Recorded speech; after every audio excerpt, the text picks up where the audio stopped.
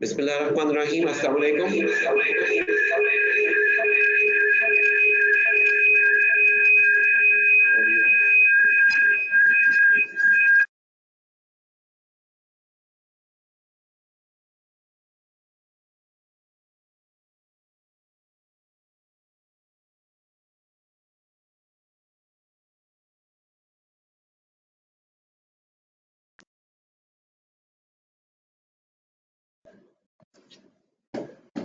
Good morning and welcome to the session.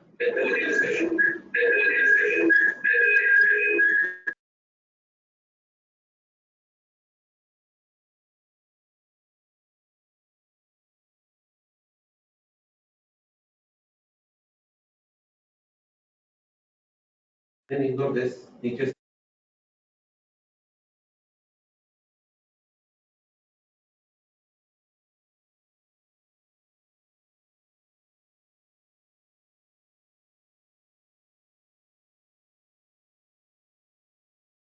welcome to the session.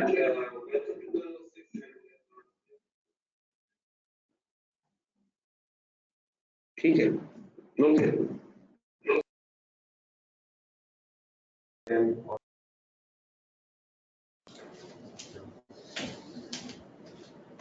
Okay, well, thank you for bearing with us.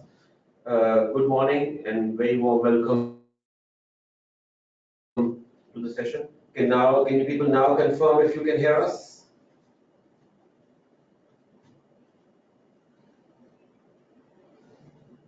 Great, thank you. Thank you, Shabaz, Farooq Nawaz. Great, thank you very much. Thank you. Okay, those who are unable to hear us now, I would suggest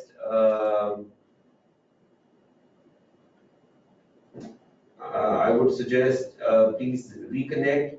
Our connectivity on both ends is very, very important.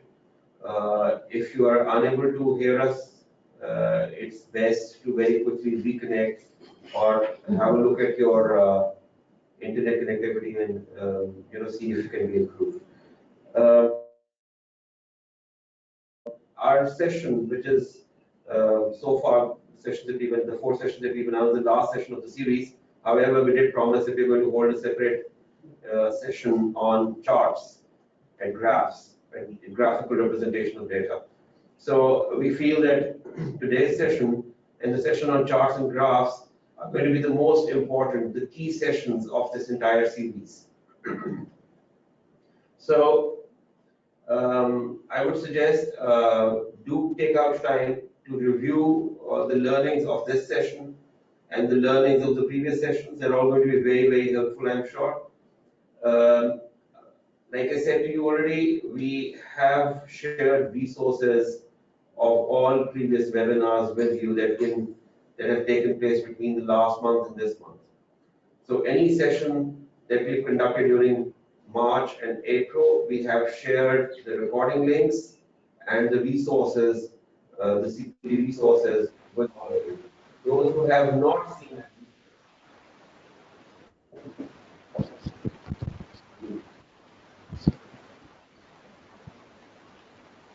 those who have not seen these,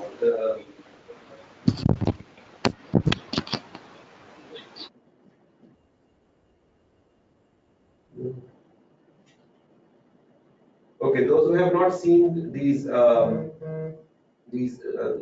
emails that we've circulated, please write to us again, and we will send that email once again to all of you. Now, today's session is going to be about once again about data tables and pivot tables. The most important subject for all of us. So please keep the session interactive. Keep your questions flowing.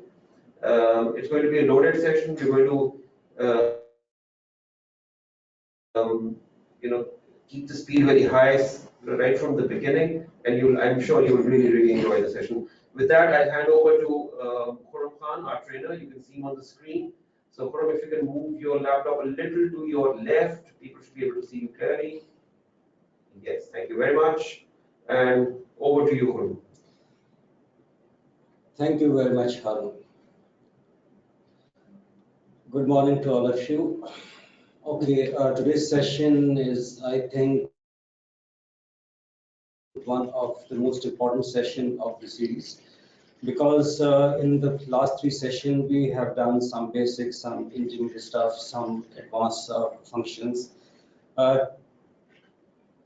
In today's session, we will be focusing on reporting, that how we can build various type of reports based on the data available.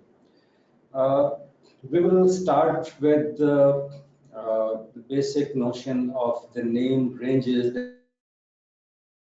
that how we can use these ranges in order to simplify the function writing, right? What are the significance and what are the advantages of using the name ranges over the conventional ranges? Then we will forward to the concept of the tables itself. Previously, tables were known as list in Excel, but from 2007 onward, the list has been changed to table with certain new features in it. We will discuss those as well, and then we will move to the most important feature of Excel, that is the pivot table. Pivot table is considered for most of the audiences that I have interact with the killer feature of Excel. So this is one of the simplest and most powerful feature Excel is having, right? As far as the pivot table is concerned, we will start with the understanding of what pivot table is and what are the requirements on the data set on which we apply the pivot table. Then we will transform our data in a variety of ways. I have shared one file with you, which is the session 4, and I have another file which we will be completing today. We will be discussing today.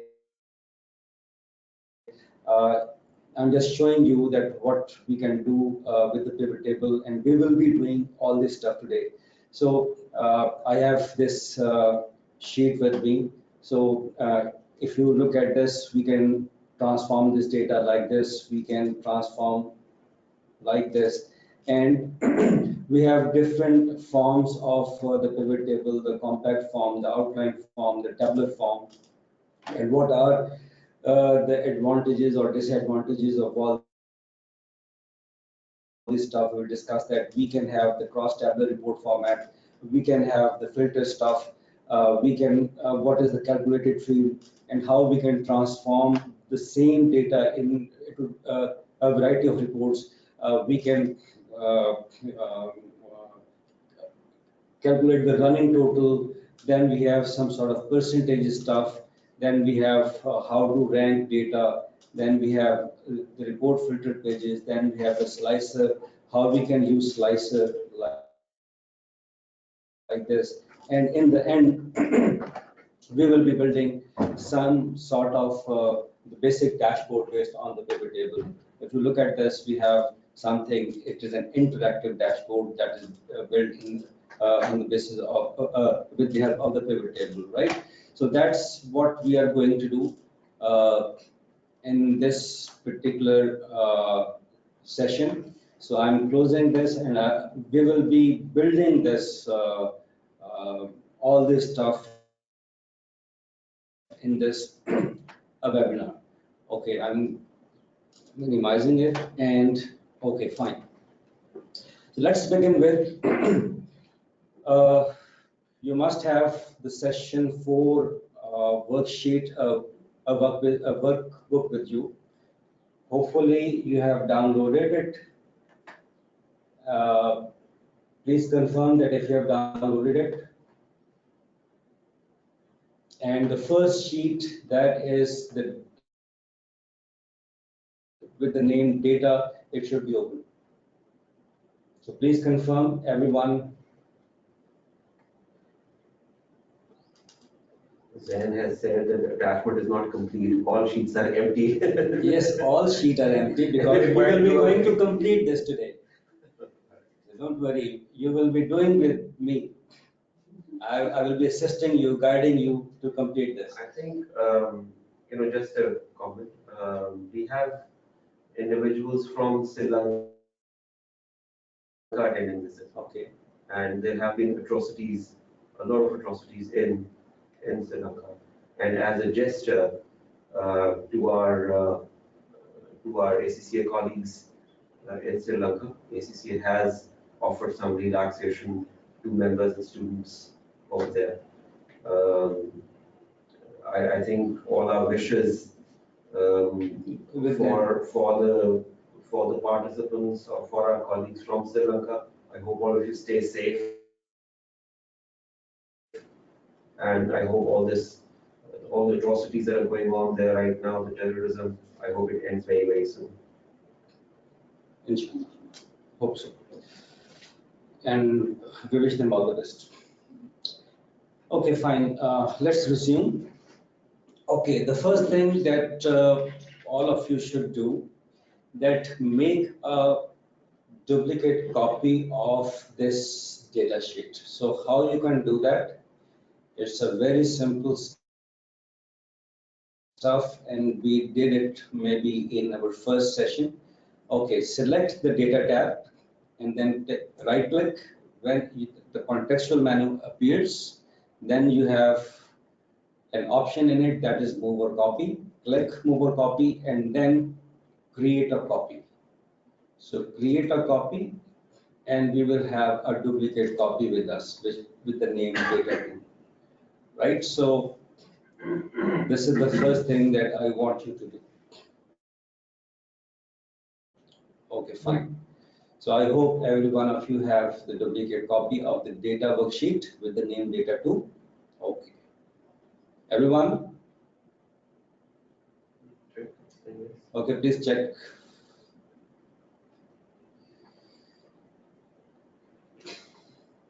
Yes. Okay, fine. Okay, that's great. Okay, for now, the concept that we will be discussing that is a name range. Okay, let me write a name range. So this is the concept that we are going to study. We will be discussing. Now, what actually is the name range? Name range is a name given to a range. For example, we have a range which is starting from G2 to say G1045. So we have G2, we have G2, and we have G1045. So this is the range. I can use this range in a function or a formula, but it will be quite easy for me if I provide this range a new name so that it can be more readable, and with the help of this we can simplify our function writing. Okay, what actually is the concept? Okay, I'm just typing few numbers here, 20, 30, just for the sake of understanding. Then I will be utilizing this concept on this data set in order to produce variety of reports very, very quickly and very, very smartly. Okay, for example, we have 10, 20, 30, 40, 50, and I want to get the sum of this value.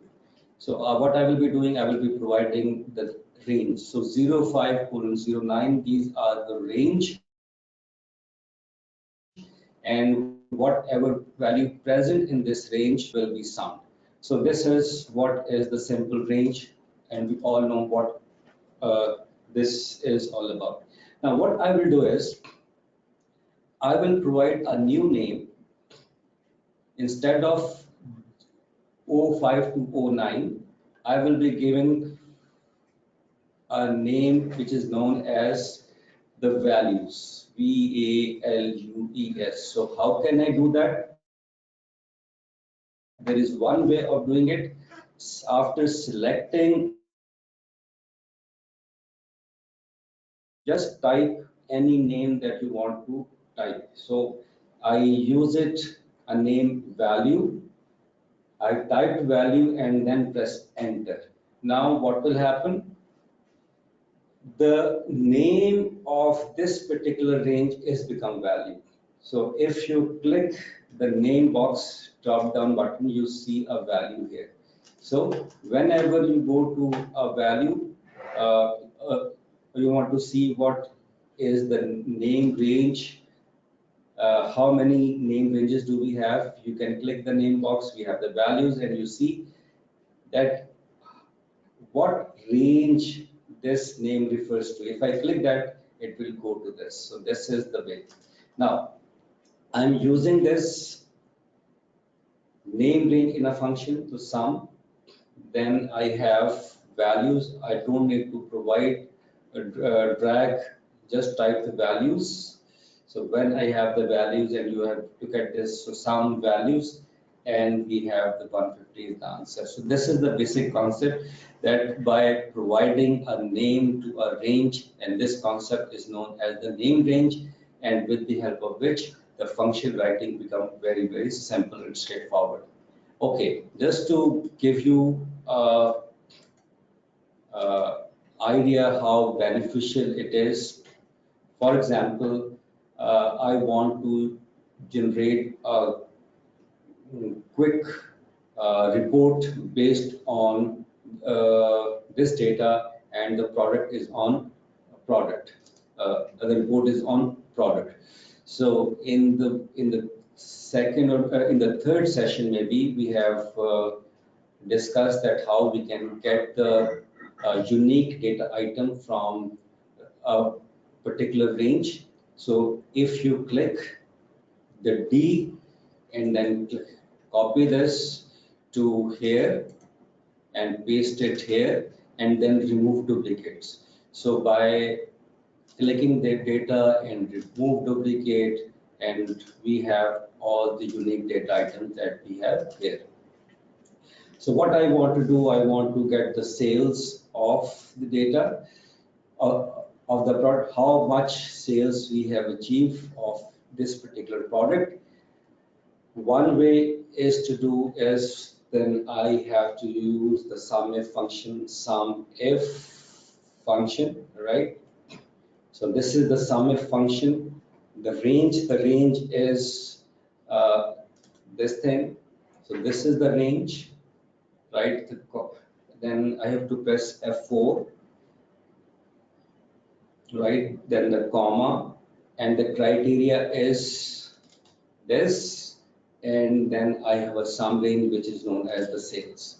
So Control Shift down, F and F4, and this is the function of SUMIF that I need to write. So if I click enter, I will get the sum of all the sale by marker box, pen box, and so on and so forth. So this is one way, and I have, this is the range, and this is the range, which is, if I use the name range instead, and you will see how easy it becomes that to write a SUMIF function, or for instance any other function. So one way of doing it, select D2 and Control Shift down, select all the range and give it a name product. So PRODUCT product, and click enter. Now you have one range with the name product that refers to D2 to 1 D1045. Similarly, I want to have another name range which is with the name sales. So I have G2, Control Shift down, and the name sales, and click enter. So I have two ranges, one with the name product and one with the name sales. So I have two ranges. I will be using this in my SUMIF function is equal to sum if function. And now look at how easy it becomes to write a function which is more readable, and it's very, very easy. range is, so name is just the product. So this is the product. You have the screen tip over here. So this refers to a name range. I've select product, and this is the marker box. This is the product that, which is the criteria, and then I just need to type sales. So there is no need to drag the ranges. Just provide the name to a range and then use it in a function. So it's very, very easy. So just we have, and click it down. Now we have this, right? So this is a very, very simple stuff, and which is the concept which is known as the name range. Now we have, if there are a few small functions that we need to write, so the way of defining name range is you should be using this method, but this is not a right method. For a data set which is large in nature and you need to write so many functions, there is another alternative method of providing the name, and that is a very quick way of doing it. So first of all, what we need to do, we need to delete whatever ranges that we have defined. We have the product, we have the sales. So in order to delete all of these, we go to the formula tab, and then we have in there the defined names, and we have the name manager. So click the name manager, and you will see that how whatsoever name ranges that we have the product, we have the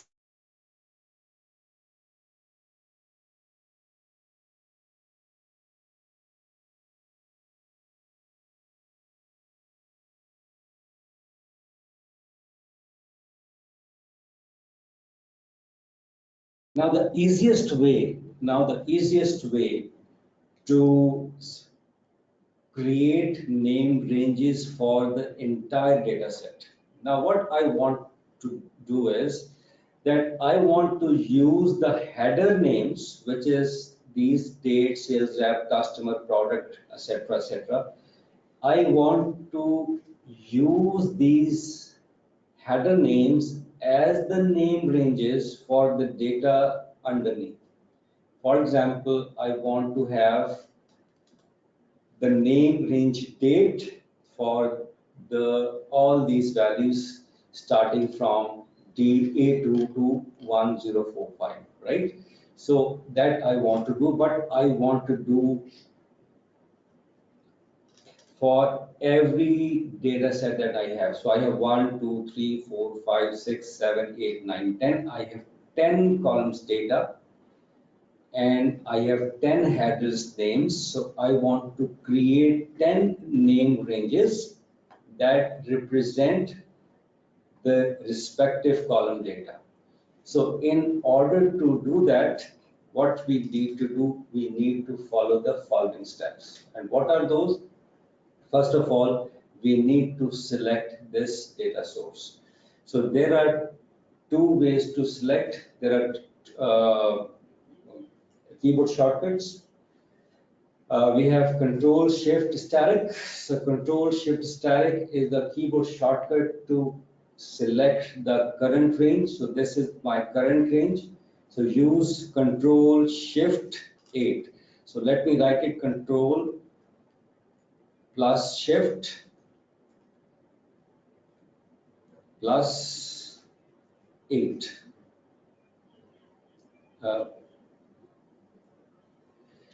And for those who have the keyboard keypad on the right of the keyboard, they can use Control plus 8. So Control plus static. So the basic is Control plus static is the keyboard shortcut, and you Control Shift 8. That is another way of selecting the current region. So Control static, Control static, Control Shift 8. Whatever keyboard shortcut you want to use, you can use in order to select this data source, this current region. Once you do that, there is another keyboard shortcut which is known as the Shift F3. Right, so Shift F3. So have you used the Shift F3?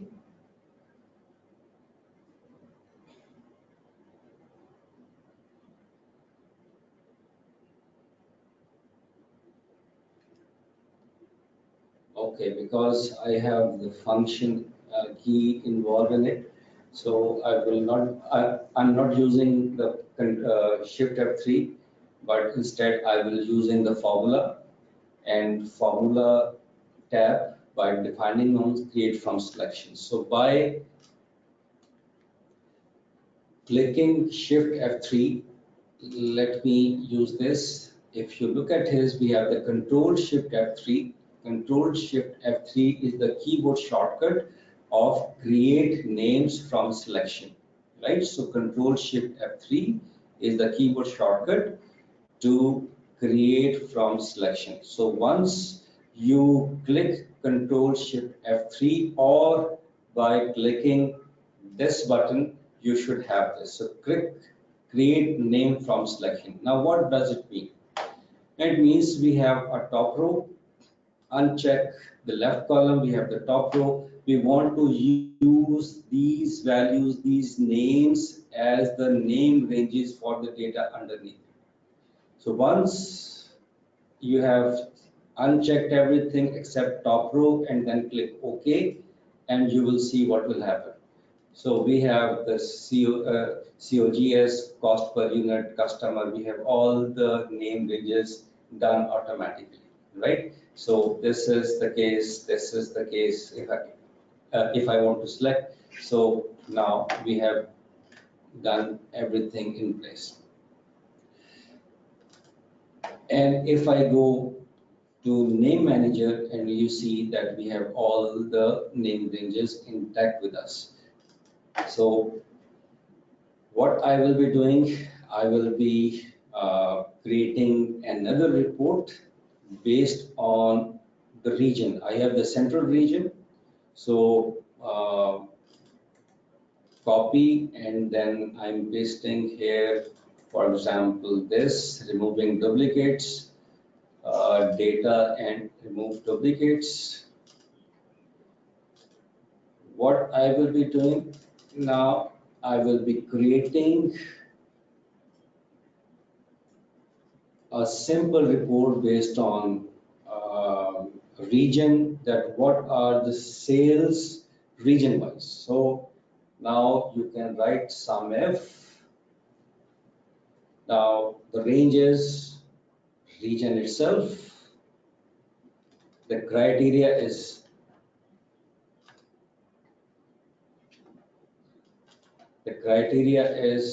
this one, and what you want to sales. So click enter and you will see this thing. So it's quite easy and quite simple. Now just I'm giving you 2 minutes to use sum F function once again and get a report for the customer. So use this, copy, and then paste, remove duplicates like this, click OK, and just create a report sales and write sum F function, use the name ranges, and very quickly get the report, the summary of sales customer wise. I'm giving you a minute to do that.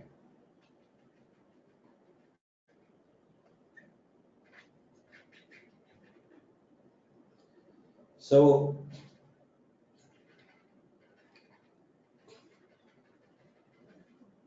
we have discussed the sum F function in our last webinar, and I hope you knew what sum F is. Now we have used the name ranges in conjunction with the sum F so that we can create report like this very, very quickly. So 30 seconds remaining.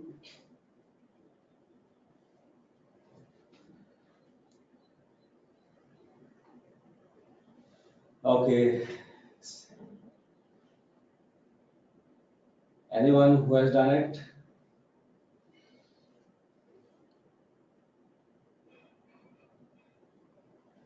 Yes, quite a few. Okay, that's brilliant. It's easy.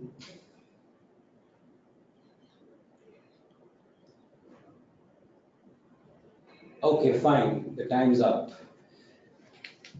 Okay, now there is one issue with the name ranges. The issue is that these name ranges are static in nature. Now, what does I mean by static in nature? Now, if the few data set is appended at the end, for example, there is some data that we want to add, we want to append on this data set. These name ranges will not be using these ranges because these name ranges are set for the data right till 1045. So this is the problem. The solution is that either we want to convert these static name ranges into the dynamic ranges, and for that we need to use certain other functions, and this will be quite a tedious job to do, but there is a very simple alternative, and we will do it right after 2-3 minutes. But before that, if you have any question on name ranges, please do ask, because after that I will be moving towards the tables. So any question on the name ranges?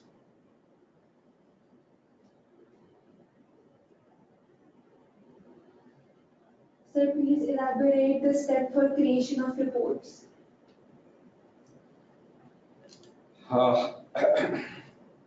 Okay, we have already done it in our last sessions, that how we can get the unique data items from a particular list. For example, I want to create a very simple unique data item from sales rep.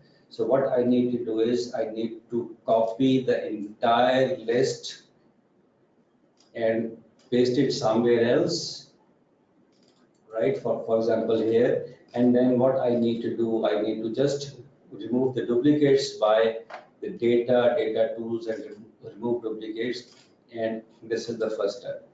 And after that, whatever, for example, sales, I want to get the sales by sales rep.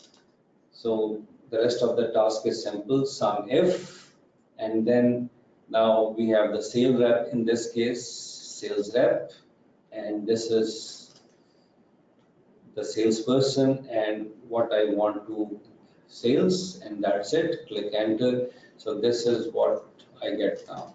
So this is the few steps for this, right? So I hope this concept is simple, straightforward, but I've already pointed out there is a limitation, the problem, and the problem is the static ranges.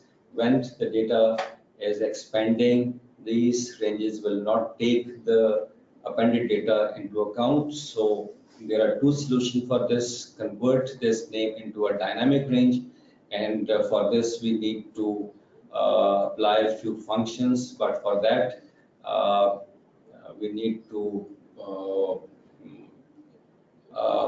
use the name manager and extensively. But there is a simple alternative that will take this problem and convert your static range into dynamic range automatically. Okay, now repeat this process once again and make again a duplicate copy of this data set, right? Data, move and create a copy, and we have the data tree now.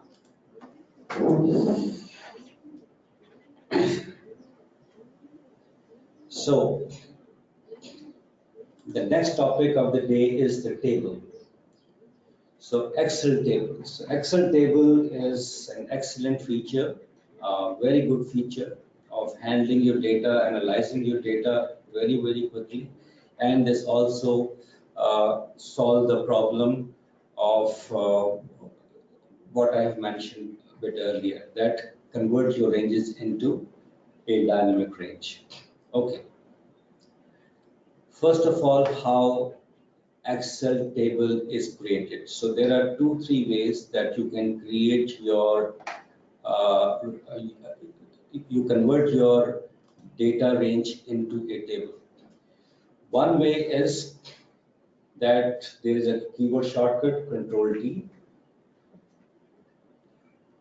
I repeat, select any cell of the data set. Keyboard shortcut is Control T. When you press Control T, create table dialog box pop up, and it will highlight the range. So $A1 to J1045. This is the range of the data that we want to convert it into a table. But remember one thing which is important, that my table has header. It should be checked. If it is unchecked, these headers will be the part of the data and we will be unable to use this properly.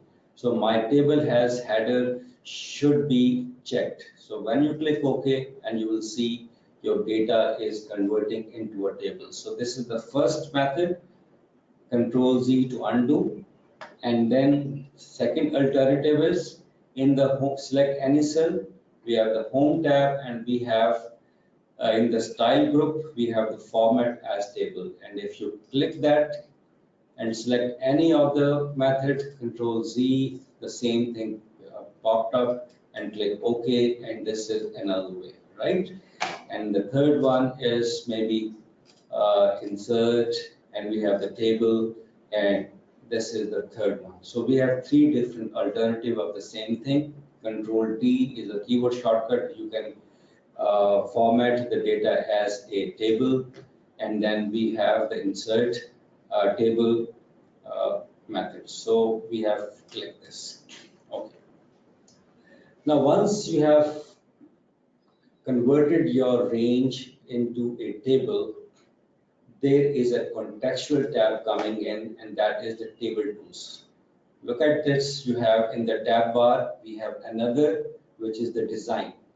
So table tool design, it has certain interesting features. So the first one is from the right, we have the table styles. We can format this into a different way. We can use, if you hover your mouse on the various options that we are having, and you see your data is formatted, just giving it a preview, right? So this is one way. You can even create your new style if you wish, right? So I'm not using it.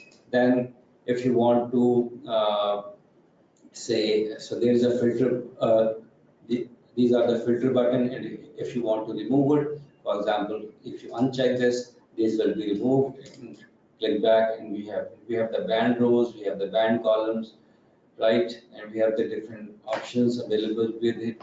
We can make certain data analysis with this, right?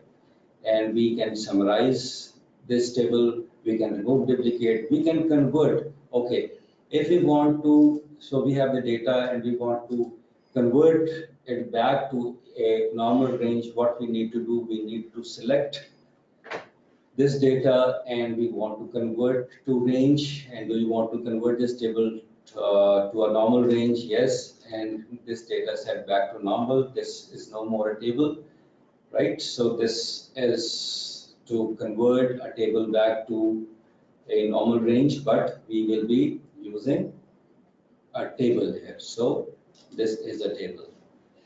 Now, there are certain benefits of using a table. every table must have we should provide a name to a table. This will be used in referencing the table. If we want to use this table for different purposes, we can always refer this table. We may have different tables in a workbook, maybe in a worksheet, and whenever we want to do something on a particular table, just use the name of the table and that particular function will be applied on the table. For example, so how to provide a name to a table? So click anyone, go to design, and we have the table name. So this may be data set, DATA, we have the data set, and click set, we have now the data set. Now, we want to create a same report as we did with our name range. This is very simple.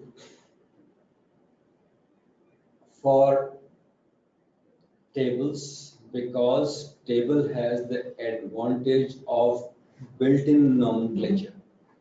So table has a built-in nomenclature, means we don't need to provide name ranges to the table.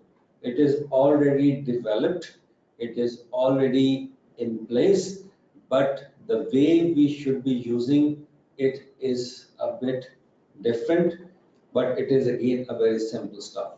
Let me get, for example, I want to get the total sales and I want to write a formula using the table nomenclature. So what I need to do is I need to use the sum function. This is the sum. And then first of all, I need to use the table name, table, table. So table, we have the table name is the data set, right? So this is the data set we are referring to, and this, then which column of this data set I want to use. So for a particular column of this table, now use the bracket sign and you will see that we have different options or the names of the column names we have in place. So we have what we want to sales.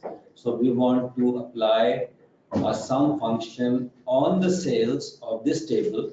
So if I click, so it means that I want to apply the sum function on this table of this column. So close it and I have this. So if I click OK, and you will see I have the total sale in place. Similarly, I want to create a report the way I did it in my name ranges concept. Copy it and I want to say paste it, remove duplicates. So remove duplicates, click OK, and I have the sales. You see, I don't have to create a name. Name ranges, I will be using the nomenclature of the table. So is equal to sum if, right? Now the range I want to refer is the data set. This is the data set. The range is the product, right? The product. Then the criteria is this one, and the sum range is the sales, and which is the data set.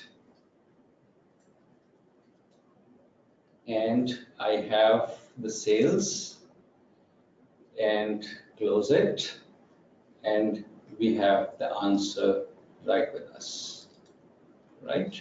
So there are two benefits we have achieved with the table here. The first thing is that we don't need to use the name ranges, number one. Number two, by default, these ranges, the nomenclature that the table has, the table structure has, it is dynamic in nature. Whatever the data we've appended, we will be appending, right? It will be taken care by table automatically. So by default, the ranges of the table are dynamic, right? So that is the second benefit we will be having. And the third important benefit that we may be having is that it will take care the absolute reference. So the absolute reference will be in place by default itself. So whenever we need to provide certain a relative reference, we just provide those, and the absolute reference will be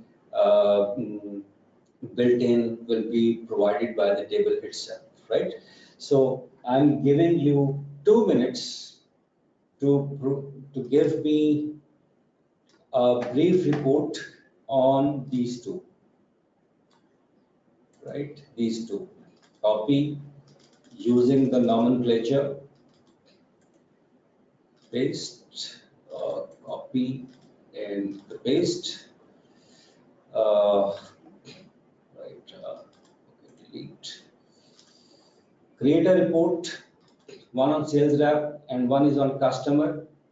Summary of the sales rep with sales rep and the customer. Just do that. I'm giving you 2 minutes for that.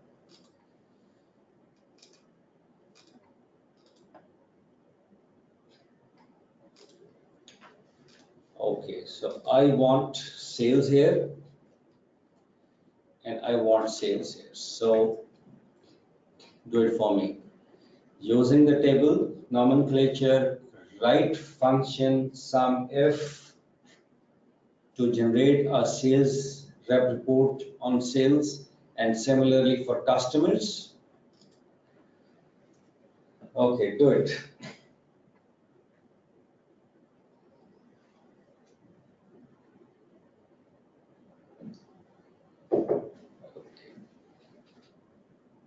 Are they doing it? Sir, Yes, madam. I guess they are, but they haven't reported yet. Okay.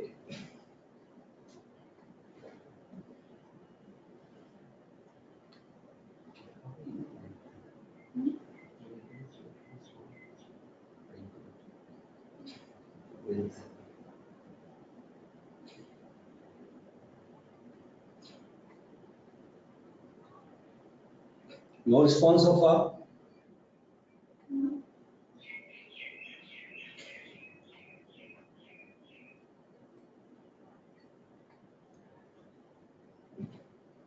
Okay, a minute more.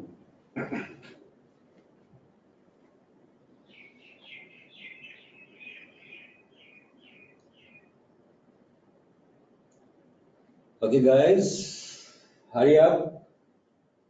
Be energetic today. Done. Okay, now we are getting responses. Okay, great. Okay, good, good, good, very good.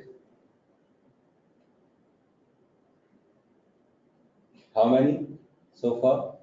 3. 3. Oh, 3 is a good number.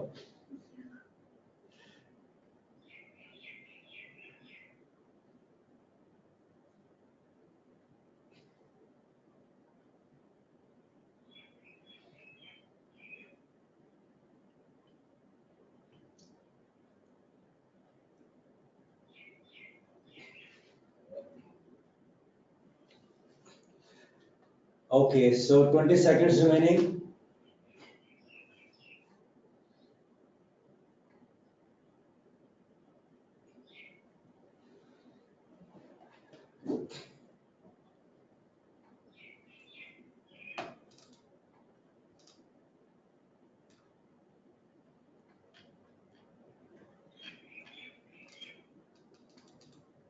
Okay, only 3 or maybe more? Okay, two more. 5. Again, 5 is a decent number. Okay, fine, good, very good. Okay, I guess you need a bit more practice. The concept is very simple, straightforward. Whenever you will be using the table reference in a function, first of all, what you need to do, you need to provide the name of the table and the field name and the column name in the square bracket. So that is actually the thing. Okay, there are one, two simple stuff.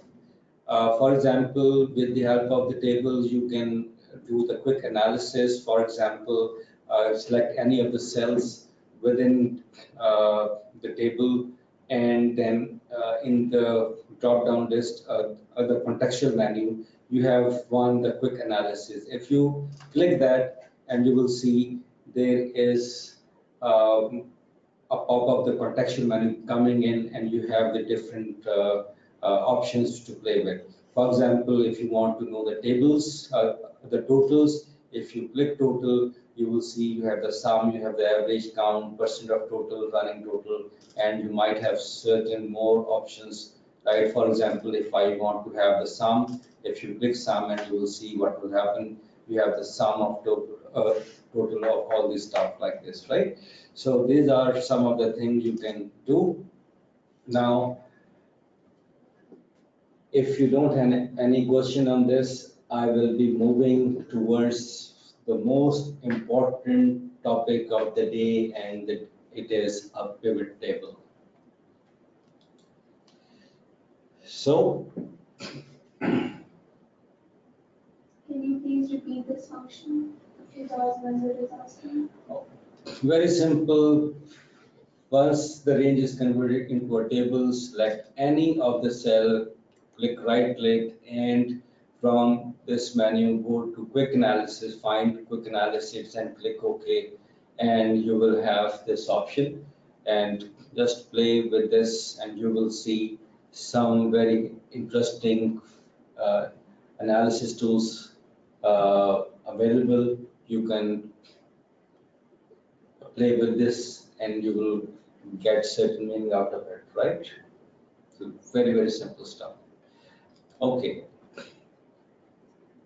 Now let's moving towards our last, not the last one, or the important topic, the pivot table. Okay. Any idea what is a pivot table?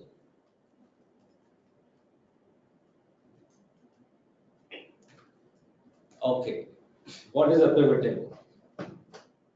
So my question to the audience, what do you think the pivot table is?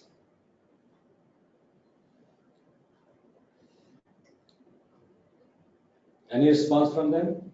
Not yet. Pivot table is summary and control tool. It is an analysis tool of Okay, datasets. brilliant. Okay, fine. Okay, fine. Okay, guys, pivot table. So we know what is a table. Now let's move to the pivot table. Okay, the pivot table can be seen in a different perspective. Pivot table primarily is a summarizing tool, right? It is an organizing tool. It is a data analytical tool. It is a presentation tool. You can use this pivot table in a variety of ways. With the help of a pivot table, you can provide meaning to a data. So look at this data. This is 1,000 plus rows of data, right? So these are only chunk of data, but it does not provide anything.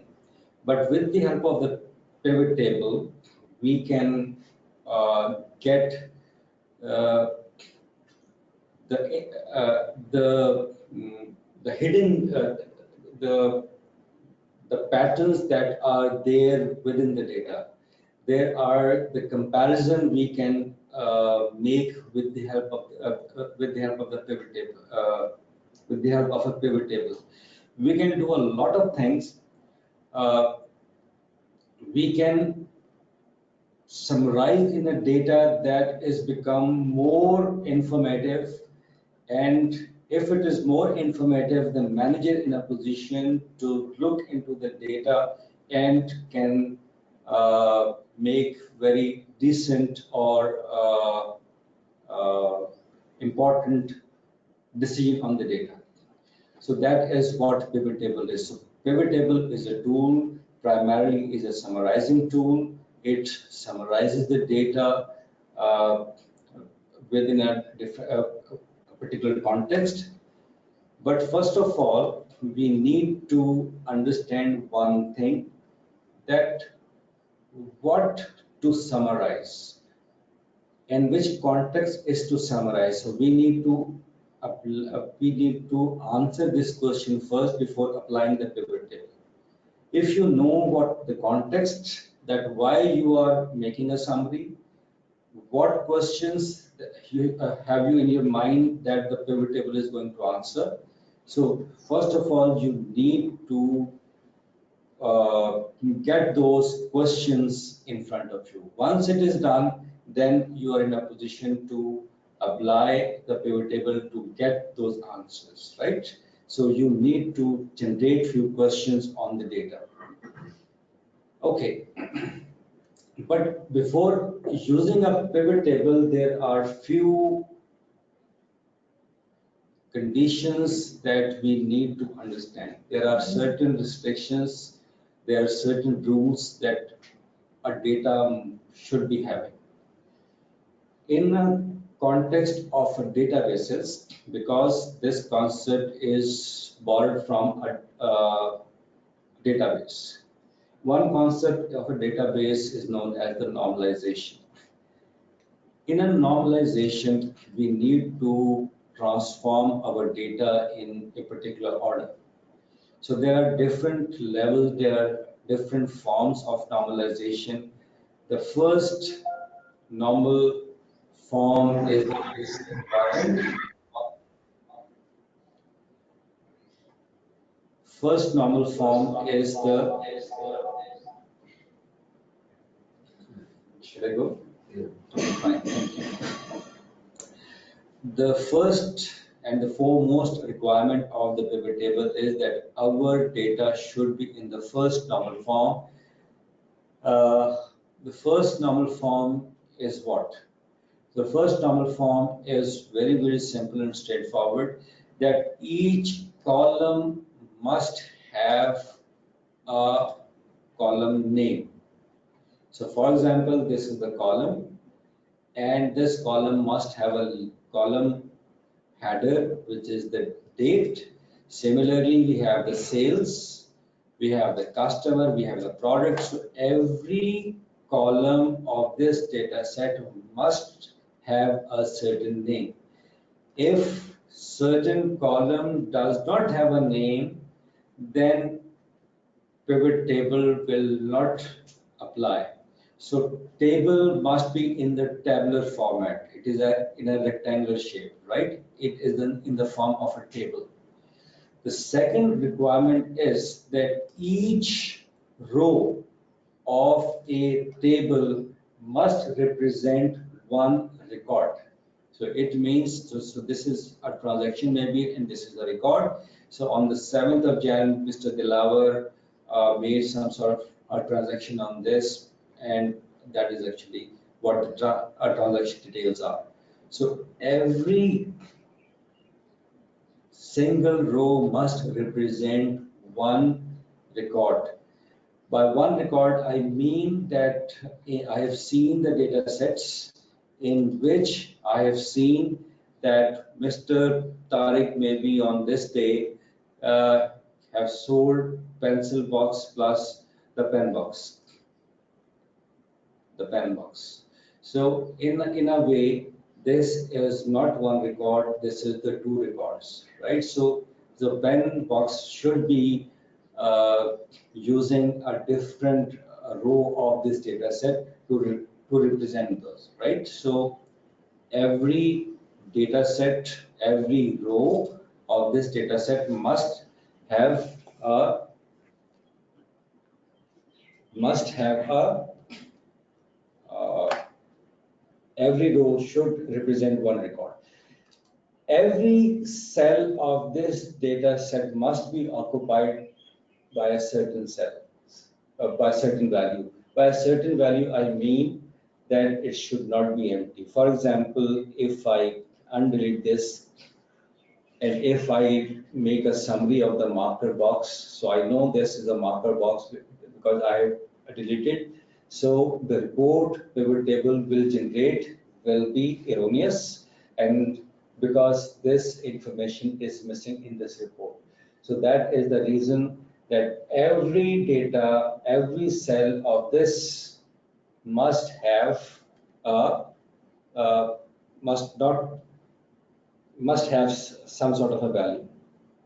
So we have control Z, so that is actually the case. So the last requirement is that every column must be having a similar type of data. If this is a date column and the values are date, it must consist of dates.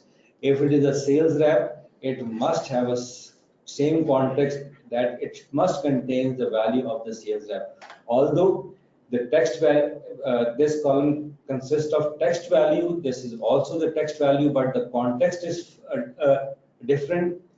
In this column, we have sales representative. In this, we have the customers.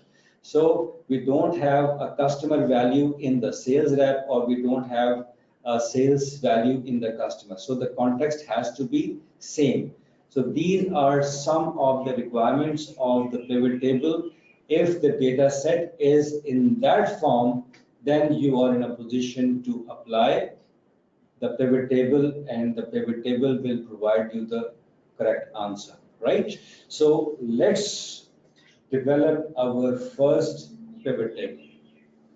So select any of the cell, select any of the cell, select any of the cells, and the keyboard shortcut is Alt N and V. Alt N V is the keyboard shortcut, and with the help of this, we have the create pivot table dialog box, right? So this is, there is another way. Click the insert tab, go to the table group, and we have the pivot table, and click, you will have the same thing. So this will be asking few questions, demanding something. One is choose the data that you want to analyze. We have to table range. So either I be using this data source, I be using the name of the table. I can use the external data source if I want to wish. I want to connect with the access. I want to connect it with certain SQL database and something else. I can use this. But right now, I will be using this data source. And the second is that I want to create this report using in the existing sheet or in the new worksheet. So right now I will be doing it on new worksheet. So click OK, and new worksheet will be opened, and there is something different with the conventional worksheet. Now, if you look at this, this is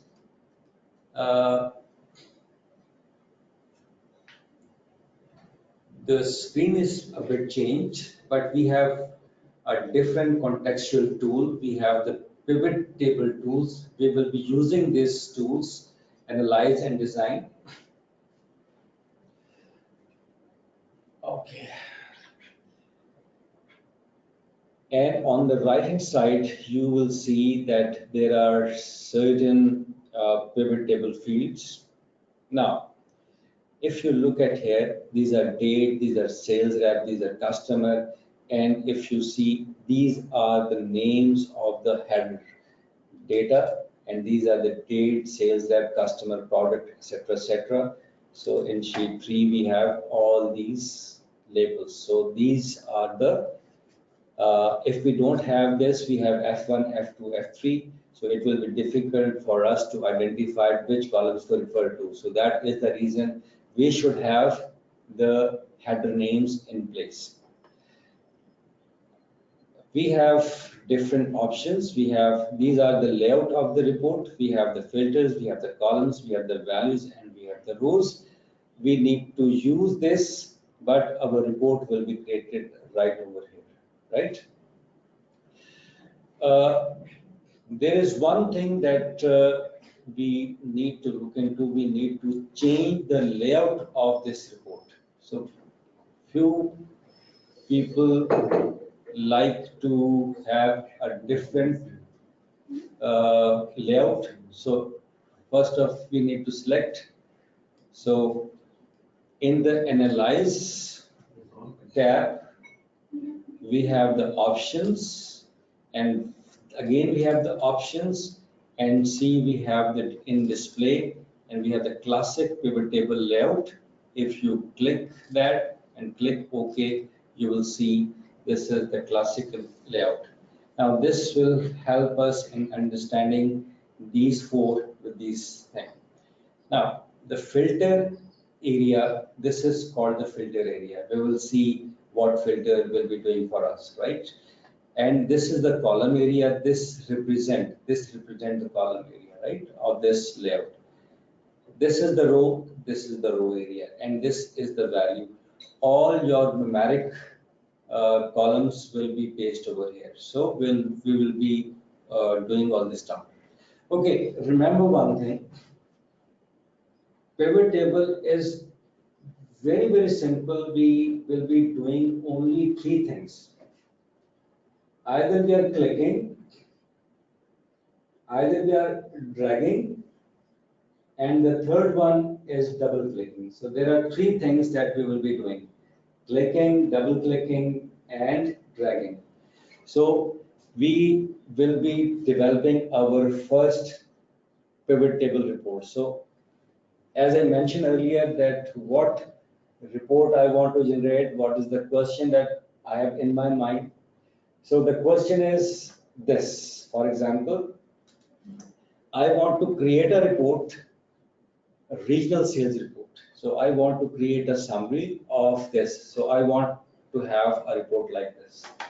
So what I will be doing, the first of all, my question is, I want to create a regional report. So I just click region. So by doing this, what will happen?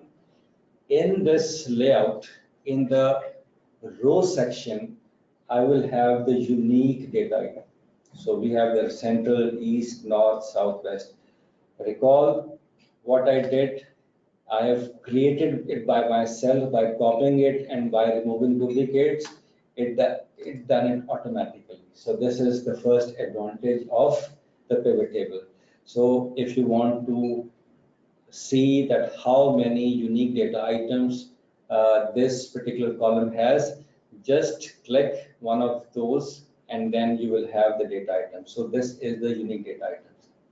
Now the second thing that I need to do is that, because my question is that I want to get the summary, sales summary region wise.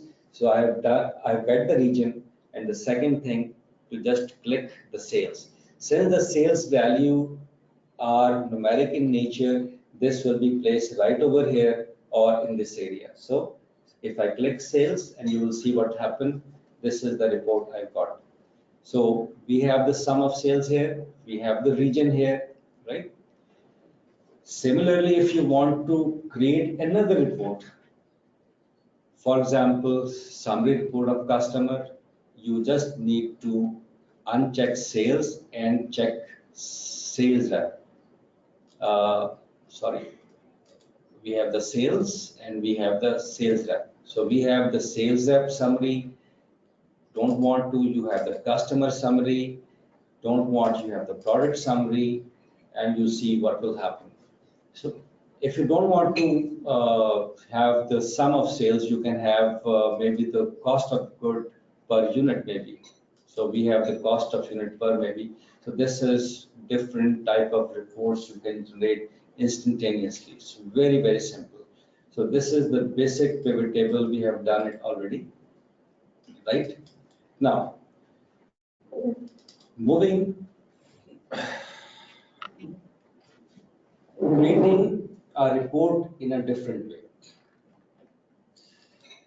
First, I have used a range. Now I'll be using the table for a range. So what you need to do, you need to just convert it into a table, Control T, and click OK, and give it name. We have the data set, PT data set. PT stands for pivot table. We have the data, PT data, for example, that's okay. So we want to create a pivot table from this data. So PT data is the name of this table, fine, right? So I want to create a pivot table, right? Okay, I want to create a pivot table. So Alt and V and PT data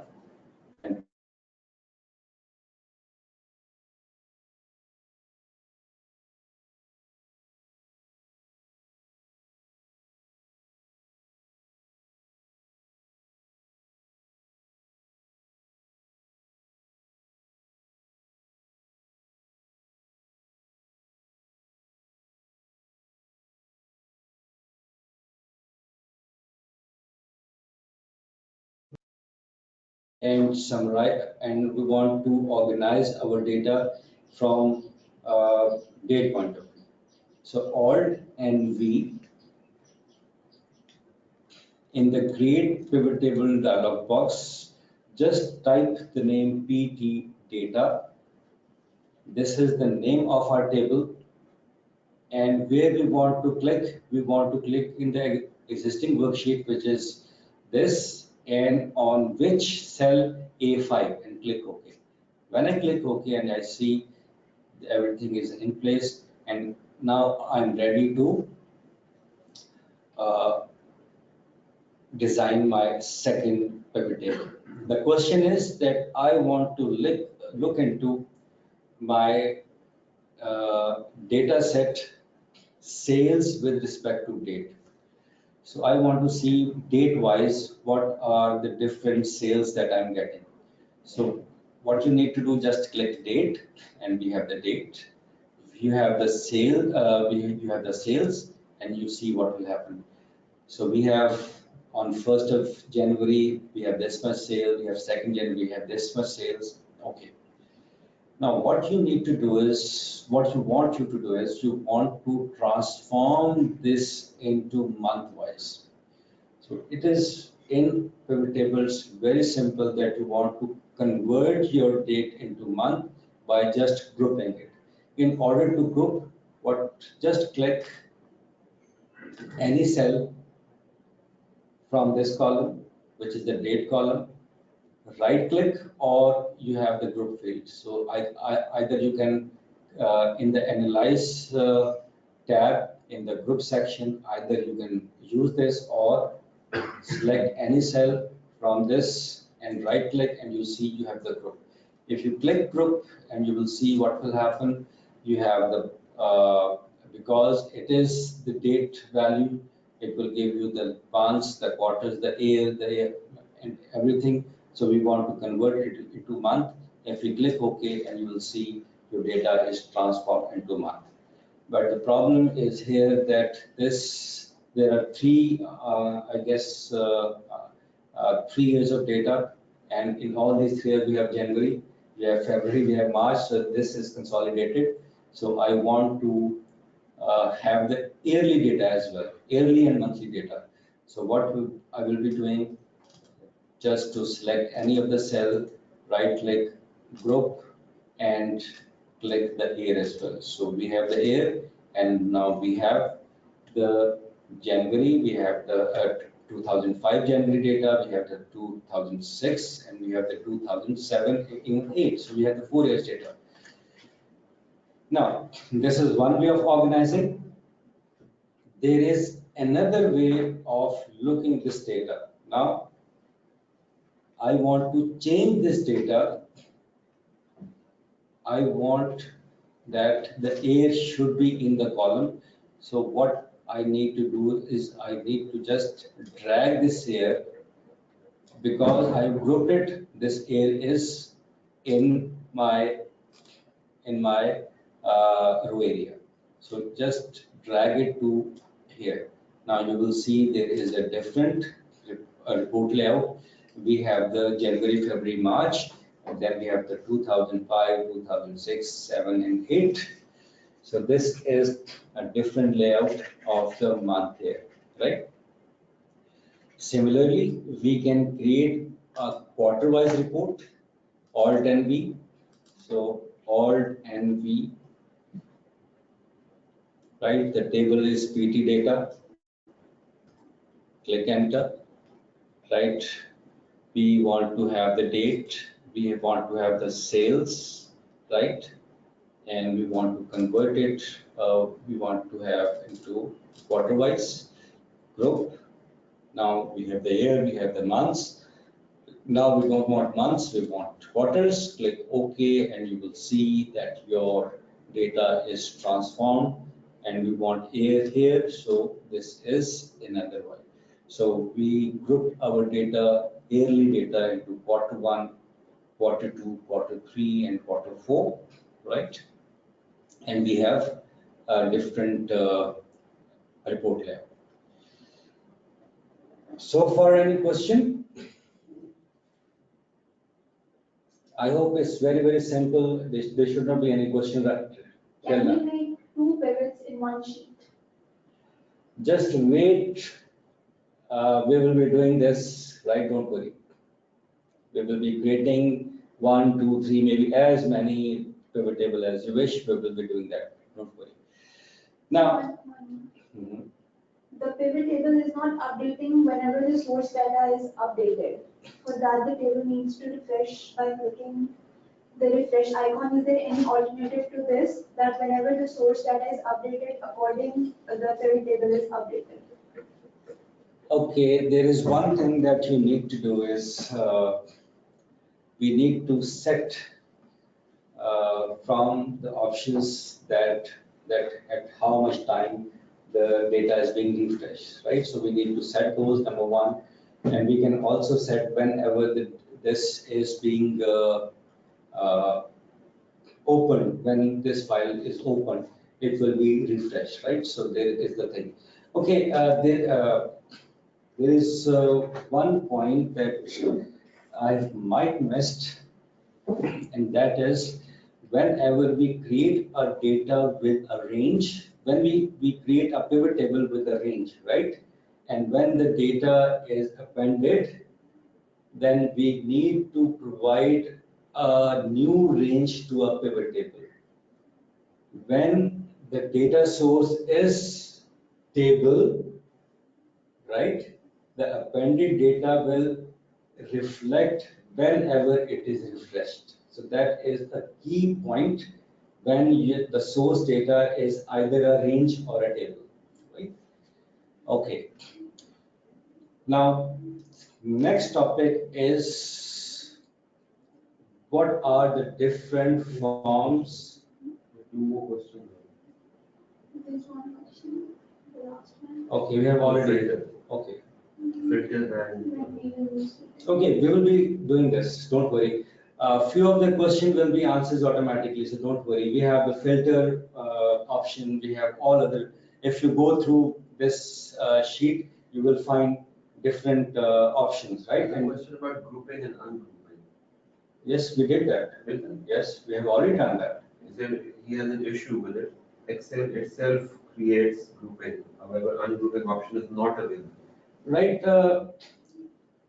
which Excel is he using? It is 2016. If it's 2016, that Excel will done it automatically. 16. So it's done automatically.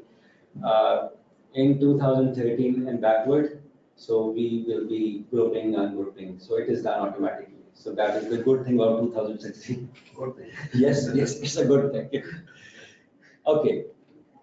Now we will be, now we have different forms, layout of the pivot table.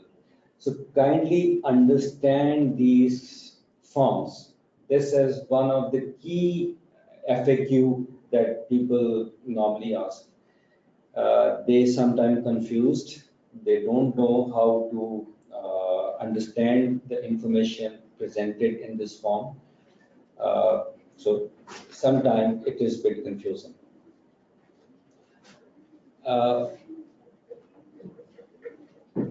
First of all, what is a compact form?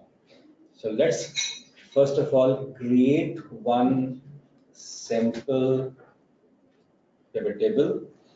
We all know what is the keyboard shortcut of creating pivot table. Anyone? What is the keyboard shortcut of creating a pivot table? Alt and V. So now people, good. Select a table or a range. So we don't need to provide a range because we have already converted our range into a table. So PT data is the name of the table. Click OK, existing worksheet here, click OK, and we have the, okay. Now the compact. Now what is the compact?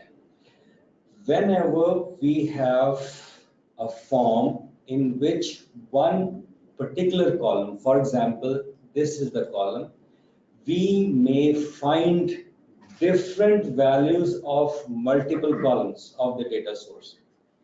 For example, look at here, I want region.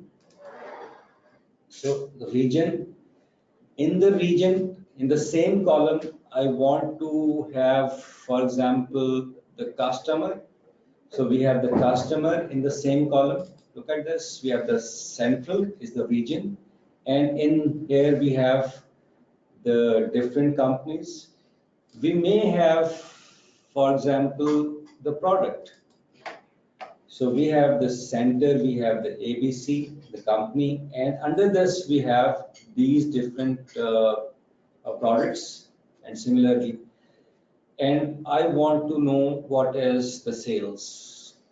So this is the report, and this is the compact form. Now the compact form means that we have the all those values, column values, which are textual values. Look at the textual values. We have the sales rep, customer, product. So these are all values which primarily in text in nature, right? Compact form, right? So this is the compact form. The good thing about the compact form is because it is compact, it provides summarize data in a different way. For example, look at here. These are the buttons you can minimize, right? So we have the central region. We have this is the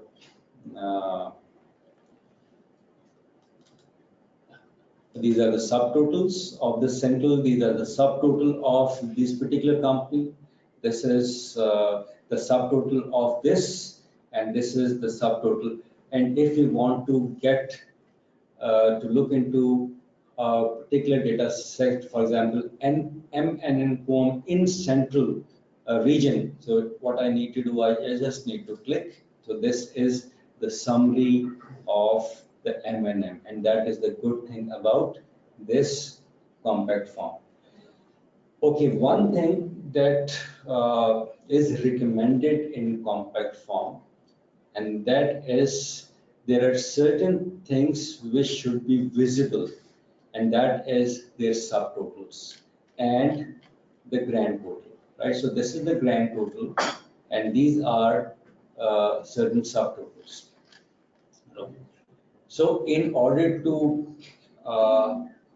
make this subtotal visible or non-visible, go to the design tab, and on your extreme left you will have the layout.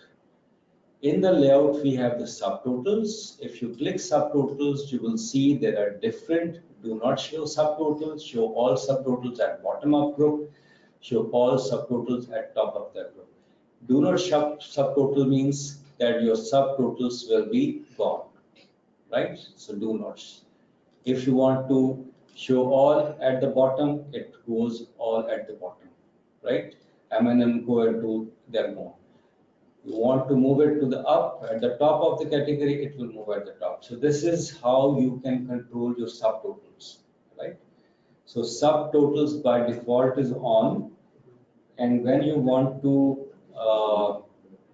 say make it visible, you can use this feature in the design tab of pivot table tools. Go to layout, and we have the subtotals. Either do not show subtotal or wherever you want to put. So that is the compact form. Okay, the next one is the outline form. So outline form, again, Alt and V, we have the PT data, click or enter, we have the region. Now, in the outline form, it is the second form of the pivot table. If I want to have another value, for example, for the customer, I want this data not in this column, I want this data right over here. And similarly, there is another, for example, the product. So I want this data in the third column. So central in the first column, in the A column, the company in the second column, and the product is in the third column, right? But I want it to be in the outline form, means that I want to keep the hierarchy. So this is my first level, this is my second level, and this is my third level. So the first level data will be in column A, the second level will be under one row or in the second column, and this one in the third row. So if I want to convert it, let me get the sales as well. So this is, I want to say change it. So design, this is the report layout. In the report layout, go show in the outline form. So outline form, look at the outline form, we have the central. So this is actually the main focus area. And in this is the subcategory, ABC company. This is in the second column, but it is one row under it, right? And similarly, this is in the third column. So by outlining, the data is more visible, more understandable, right? So this is another way. And the third one is the tabular format.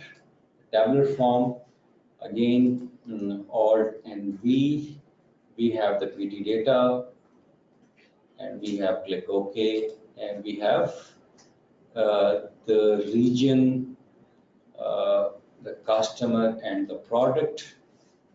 But I want this data to be in the normal proper table form, right? And in order to do this, go to design, report layout, and we have the table form. Now this is the actual table form, but there is a bit of problem here. So we have the ABC company total, we have this total, we have that total. In tabular form, it is recommended that your subtotal should be off, but in the compact form or in the outline form, the subtotal is on. So what we will be doing, we will be going to the report layout first. We need to change it. We have already changed it. Okay, showing tabular form. Then we have the repeat all item labels. So what does it do? We have, now look at here, these are the empty area, and actually these are refers to, all these are refers to company ABC. So we want to repeat all ABC in here to be in a proper tabular form. And similarly with this, because these are repeated and these are for central, so I want central to be filled here. So with this, you have the report, you have the repeat all item labels. If you click that, you will see it is, but we have the central subtotals. We don't want subtotals in report layout. So in order to remove it, do not show subtotal, and you see it's a nice report we are having in the tabular form, right? So let's have a 10 minutes break.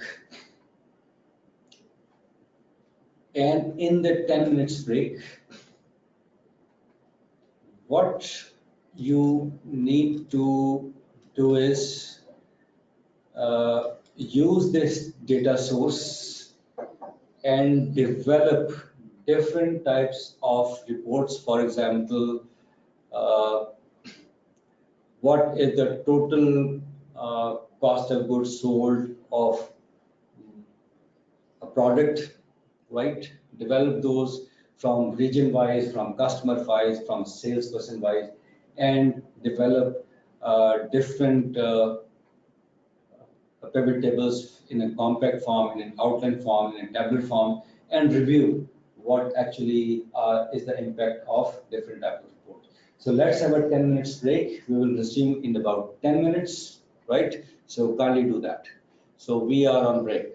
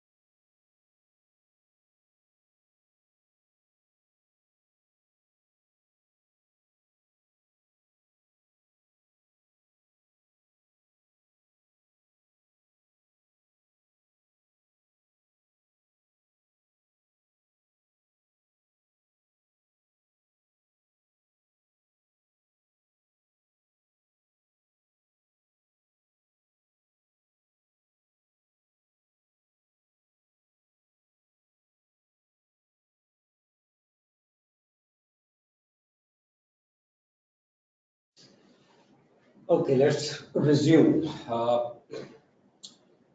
Before the break, we discussed the, the different forms of the pivot table layout. We have discussed the compact form, the outline form, and the tabular form. These are the important forms of the pivot tables, and every one of us should understand that how this will be used in creating. And the main thing is in the compact form, it is recommended that your subtotals should be on, whereas in the tabular form, it is recommended that your subtotals should be off. Now let's move to the next formation of the pivot table, which is known as the cross tabular report. Sometimes it is said that the pivot table can create the two-dimensional report or the three-dimensional report. The two-dimensional report means that we want to look at the data from two different perspectives. For example, all these are one-dimensional report. Say this is the one, okay, this is the one-dimensional report because we are looking at the one dimension, which is the date, right? But now we want to create a report, for example, the region-wise report, but with respect to the product, or maybe with respect to the customer, or with respect to the salesperson, right? So this will become the 2D or the two-dimensional reports. So all cross-tabular reports are two-dimensional reports. So let's create a two-dimensional report first. So Alt and V, and we want to create this pivot table in the cross in the existing sheet. Click OK. PT data, I've missed PT data. So PT data cross tabular location is favored. Click OK.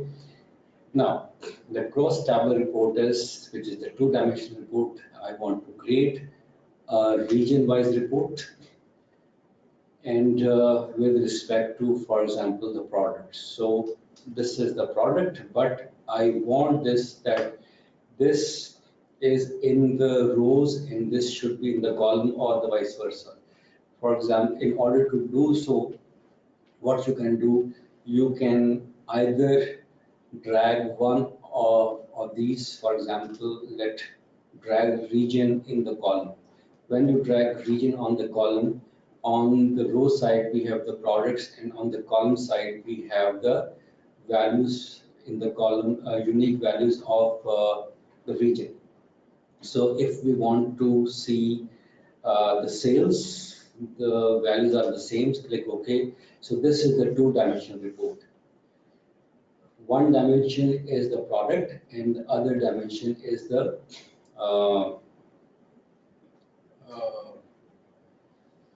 region. So now we can see that in the region of the central, this much sales of the highlighter box is done, right? And similarly in the north, similarly east, and so on and so forth. If you want to create a two-dimensional report with respect to the customer, then what you need to do is you need to just uncheck the region and go to the customer, and you will see that we have again the two-dimensional report, and this is the cross-tabular report. So ABC company have this much sales of this, and this is the case, right?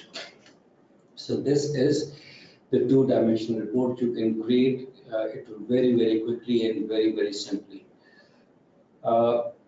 Now let's move to the third type of report, which is known as the okay, one of the questions that came to my mind, that I want to create a two-dimensional report with respect to the air. So in order to do so, what we need to do, we need to create, okay, the question is that we want to create a report, yearly report of the product, right? So in order to do so, first of all, we need to uh, group the date. First of all, we need to uncheck everything apart from the date, because the date is grouped already in the quarter wise. We want to convert it into year. So this is the year only. So we have 205, 206, 7, and 8, and we want to have the sales. So this is the sales. So this is the yearly sales, total sales, but we want to have the cross tableau report of the product with respect to the year. So just click product and take date here, and you will see we have created a new cross tableau report year wise, that in 2005 highlighter box sale is this much, so and so forth. So this how easy it becomes to get the various type of reports very, very quickly, right? Now the third one is the three-dimensional report, and which is the filter report. Now the filter report suggests that I want to have a report generated with respect to a region. For example, I want to have a look region-wise, and that in, for example, the central region in 2005, in 2006, what is the sales of highlight box only in the region of central. So in this, we need to use a concept of the filter report. So we will be filtering this report with respect to the region. So in order to do so, okay, simple stuff, control static. You copy this, select entire pivot table, control C, go to the filter and control V. So this is easy way of replicating the same pivot table in another worksheet. So this is the cross tableau report. I've copied it and pasted it in this filter report. Okay, so I want to filter this report. So in order to filter this report, what I need to do is I need to have the question that is that I want to filter this report with respect to region. So in order to do so, I need to select region and drag this into filters. If you drag it, and you will see you will have a filter in place with region. So if you click, select central from here and click OK, and you will see this is the report, two-dimensional report, which is the cross tableau report of yearly report of the product, but this is the central only. So this is the performance of the central region with respect to the product and the year. So if you want to remove it, for example, if you want to look at the west, if you click west, and you will see the data is changed with respect to west. This is how the data is being filtered, the report is being filtered, right? Okay. If you want to get all the data back, select all and click OK, all the data came back. Okay, there is one important feature. Some of the people want to have a report of all the regions. They want to create a region-wise report of all the regions. For example, I want to have the report of central, east, north, south, and west simultaneously. Excel pivot table features can do it in a flash, right? So I want to have a report on central. This is the separate. I want this on the separate sheet. Similarly, I want to have the report on the east region separately, right? So how we can do this? I want to create 5 different reports now. Each one of these region for the central, east, north, south, and west, and I want to create it like this. Now, first of all, develop whatever report, the layout that you want to create for each region. Once you do that, put region in the filter area. This is the layout which I want to replicate in all my 5 reports of this region. So once it is done, then go to the Analyze tab. On the extreme left, you will find the pivot table group, and in there you will find options, and in options you will see the show report filter pages.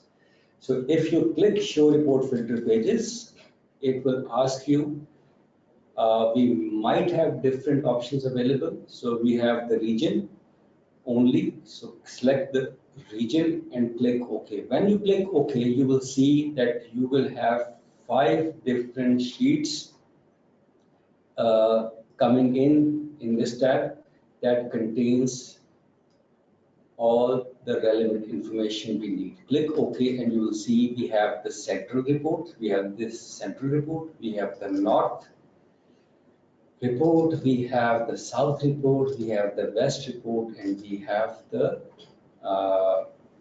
so central, north, south, and west. And I think it is already, because 1, 2, 3, 4, 5, because it is, we haven't selected all, so east is already there. So this is the central, north, south, west. So these are the different reports that we have created. So it's done it automatically. Any question on this? There's one question: how can we update existing pivot table by adding new data in data source tab?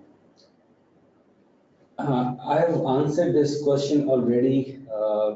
Whenever we add some new data on the data source, right? If it is in the form of the table, there is only one thing that we need to do. We need to click the refresh button.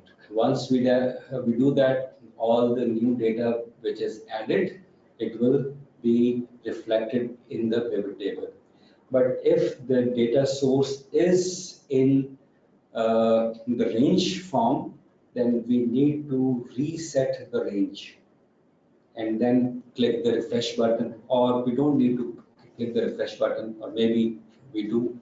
Then the appended data will be reflected, right? So this is the question. So there is no question on the report filter pages. Okay, fine. Now let's move to the next one. Now, this is something interesting. Now we are at the second level of the pivot table.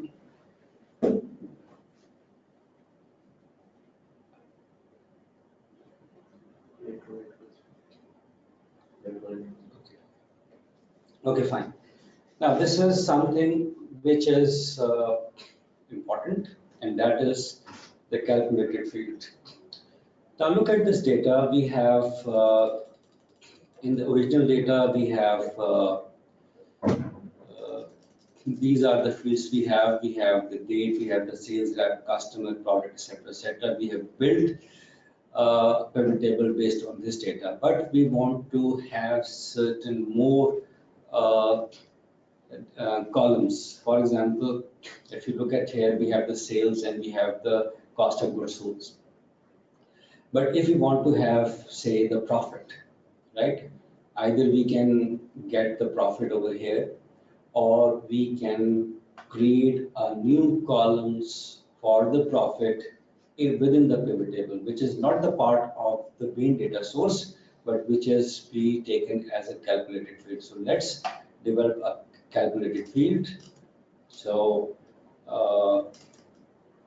we have, okay, let me go from here. We have the calculated field, click OK. Again, Alt and V, we have the PT data, PT data, and we want to have, click OK.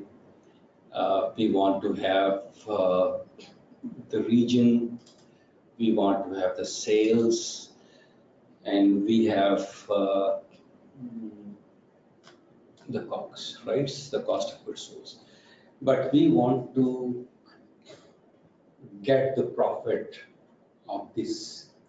So in order to get the profit, we will be using a calculated field. We will be introducing within the pivot table. We will be creating a new field, which is originally not the part of the data source, and it will not be the part of the main data source, but it will only be the part of the pivot table. How we can do that? It's simple, it's straightforward. Click any of the cell, go to the Analyze tab, and then in the calculation group, we have the field. So click field, and we have the calculated field, click calculated field. Now we have the name of the field that we want to put in. Then we have to create a formula. Formula is very simple, sales minus cost of goods sold. So we have the profit, and we have the sum of sales minus of sales. Double click and minus, we have the cost of goods sold. So cost of goods sold, so sales minus cost of goods sold will be is equal to profit. Click OK, and you will see that we have what the sum of profit, right? So this is actually the calculated field. I repeat, this is not the part of the main data source. This is the part of the pivot table. And we can use it as the pivot table field as the way we will be using the original pivot field, right? So this is simple, but it is important as well. So you can create any calculated field as you wish, depending on the nature of your requirement. You can have develop the ratios, you can develop different things. For example, the profit margins, you can have the discount calculation, you can have the if function. So you can do whatever you want to do with the calculated field. So this is the example as I've calculated the pivot field. Now go back to the important aspect of the pivot table. There is one question regarding calculated. Okay. Hi, in case we had budget for each of the products for every region in a separate data set, how can we combine those and show budget achievement percentage in calculated field? This can save my life. Okay.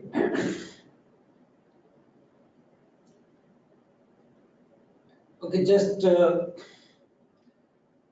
I think his question will be answered here in percentage columns. So hold your question for the time being. Maybe your question will be answered in 5 minutes time automatically. If not, so I will take that questions again then, right? Okay. So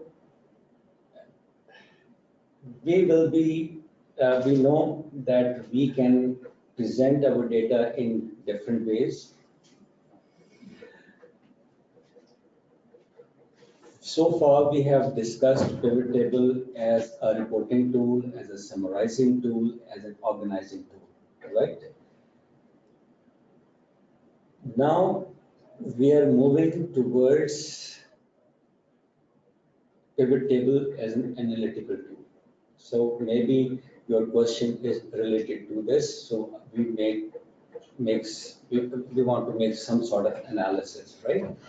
So how we can do that?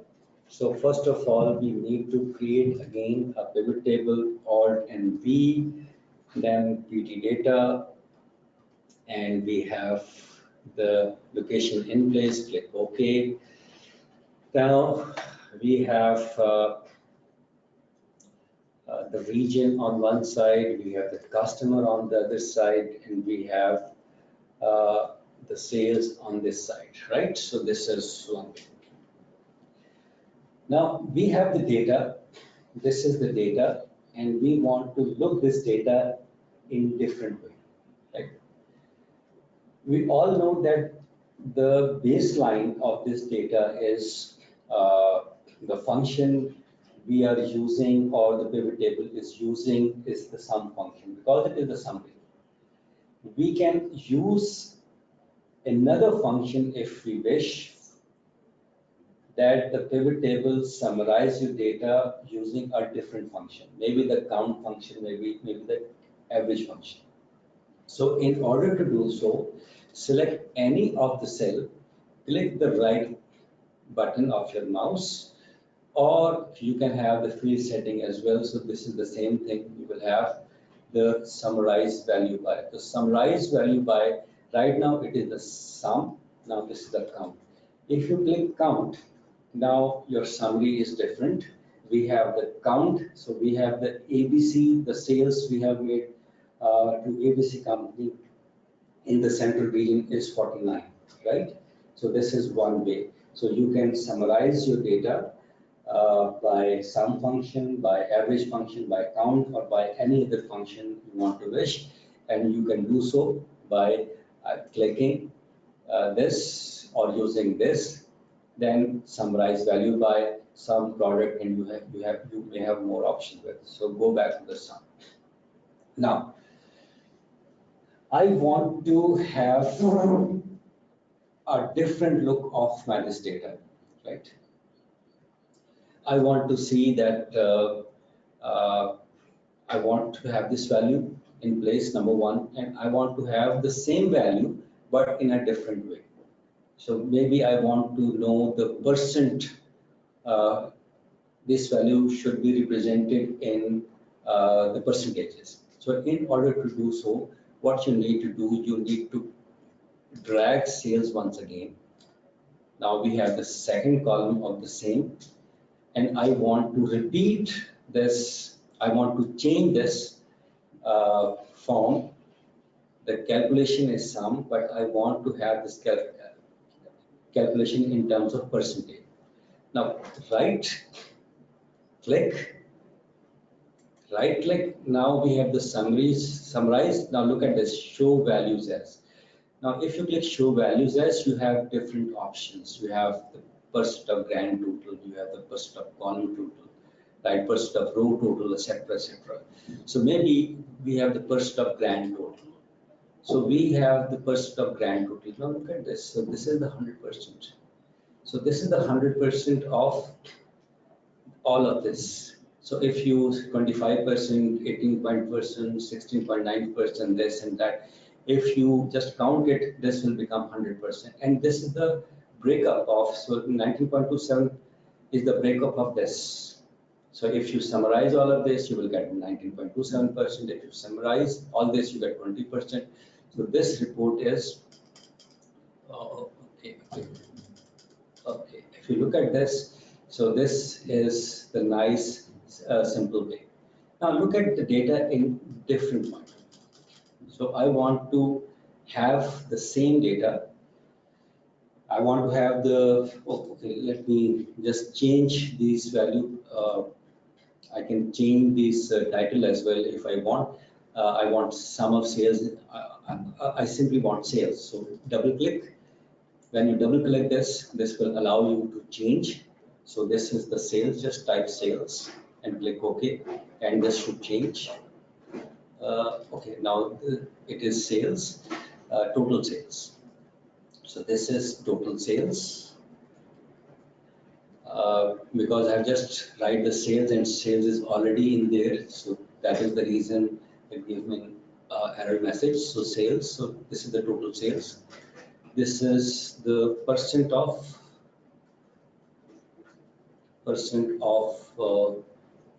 total, right? Now I want to replicate the same thing but in a different way. So in order to do so, I just drag sales once again, and I want percent of parent total. Parent total. Now, what is the percent of parent total? Now, please understand one thing. Now, if you look at this, this is the main category. Central is the main category, and whereas these are the subcategory of the central. Similarly, this is the main category, and this is the subcategory. Now, in this case, the main category, which is the region, will be considered as a parent, and this will be considered as a child. So there is a parent-child relationship, and we want to look at the data with respect to parent-child. So what is the contribution of this data with respect to sales in terms of percentage? So this will become 100%, and this is the variation you want to look at. So in order to do so, just right click, show values as, and now you have the percent of parent total. If you click it, you want to have the region as your base field and click OK, and you will see your data is altogether different. So we have the percent of, look at the current central, we have the central is 100%, and this is the breakup of this 100% with respect to this. Now this is the way of looking at the data in a different way, right? Very simple, very straightforward. Now let's go back to now move to the next, which is the running total. Again, we have Alt and V, we have the PT data, and we have click OK. Now we want to have, this is done, we want to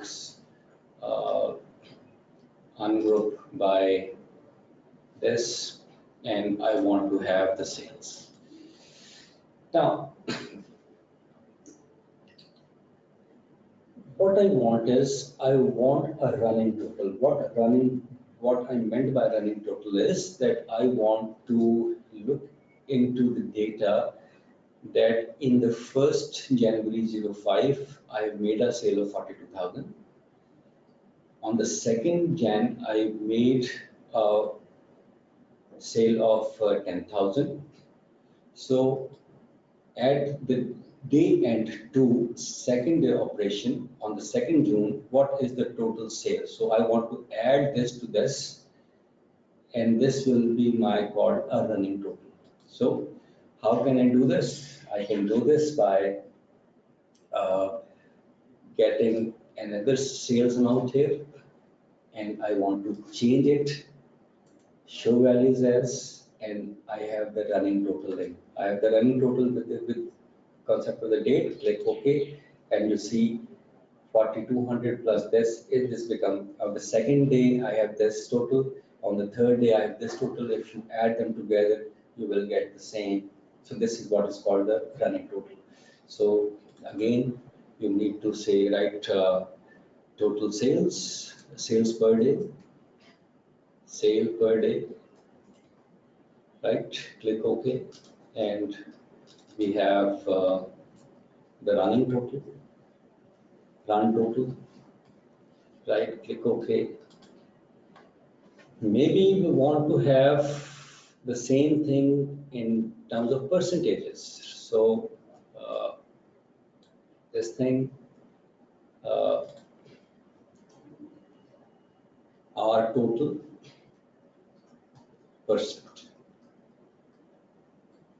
Right. So right click, show values as. Now we have the percentage in running total basis. Click OK, and you will see this is case. So you can convert it, this date, into group, into say year and months, and you will have an option like this. So this is show values as running total, and this is we have the show values as this. So we have the nice simple report of the running total, right? So this is very, very simple. Now let's go to the next one. That is the percent of difference of, okay. We are running out of time and I want to do some important stuff as well. Okay. Okay, so very, very quickly. So we have running total, we have done it. We have the percent of, okay, I'm leaving percent of difference, very simple stuff only. I will do the rank and then I will move towards the slicer and the most important, the dashboard. So slicer and a dashboard are the key topic of the day. So I will be focusing more on slicer and the dashboard. So I'm leaving these two very, very simple, just to rank them. So Alt and V, because it will not take a lot of time. So in order to discuss, I need a little bit more time, and I don't want to compromise on this, right? So BT data,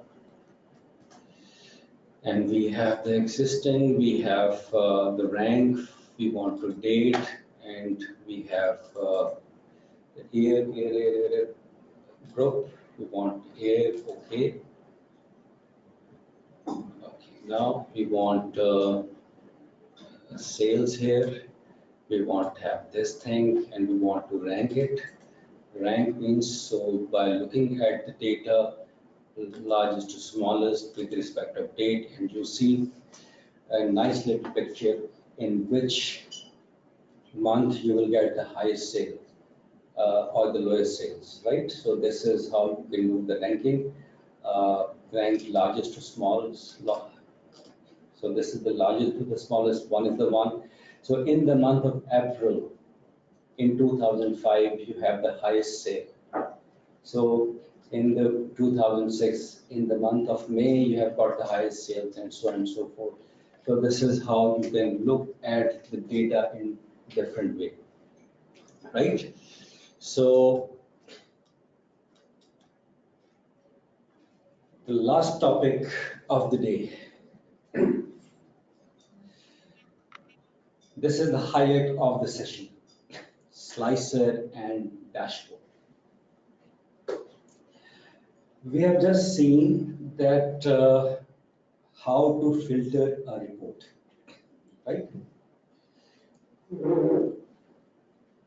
Right here, I will be using a slicer. I will be developing a report. I will be filtering that report. I will be creating a chart in this very bit. So in order to do so, we should have a pivot table in place. So Alt and V, PT data,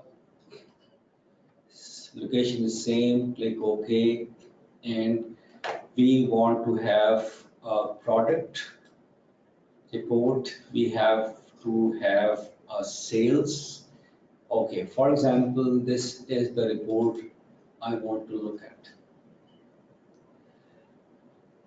I want to filter this report with respect to region. One way of doing it that, for example, if I use this region, Central, click OK. So this is the report of the central, right? Similarly, I want to do it for, say, customer. I can do this in the region. I have the customer, I have the ABC company, and look at this, I have this report. So we have the region is central, the customer is ABC company, and this is the data with respect to central and ABC company. So this is again the 3D report I'm having. But I don't want to use these filters. Instead, I want to do something else. And this is the new way of filtering your data, right? So in order to do so, first of all, we want to get rid of all this stuff. And I don't want to have this. I don't want to have this. What I will be doing instead, I will be using the slicer. So where are the slicer?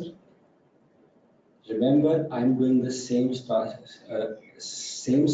as the report filters, but I'm doing it with the slicer.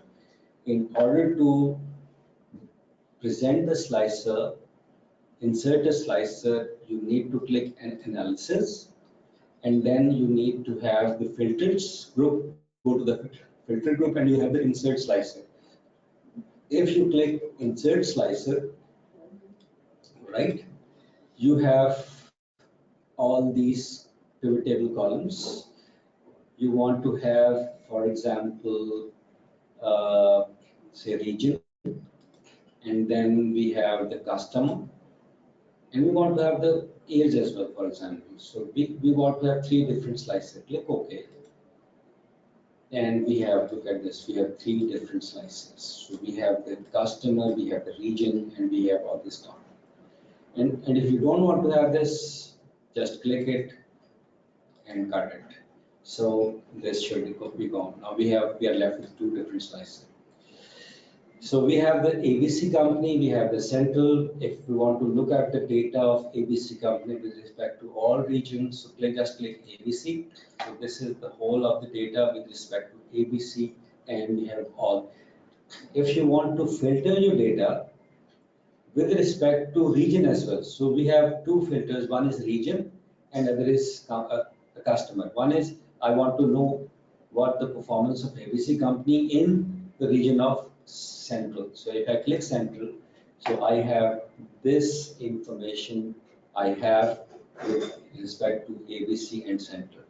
If I want to look at the CPA private limited, so with respect to central, I just need to select whatever I want to select. So this is the easiest way, the most easiest way to filter your data, right? Okay. So what we can do here, we can first of all format these slices.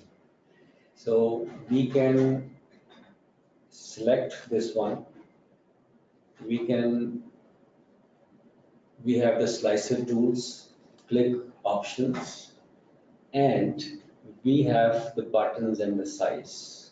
So buttons are these, right? Heights are for represent these. So what you can do, you can, for example, I want to have ABC company in 1 row. So there should be 5 columns. So we have 1, we have 2, we have 3, and we have 4, right? We have 1, 2, 3, 4. But look at here, we have the information in the buttons are gone. So we need to increase the width. So increase the width. If you increase the width, they are coming back. So we have the ABC company. I'm going to go maybe a bit wider. Not this one, this one. Okay, fine. This is more than enough. Okay, so we can increase or decrease the height, for example. So we can increase the height. We can let it be 3, 1.3.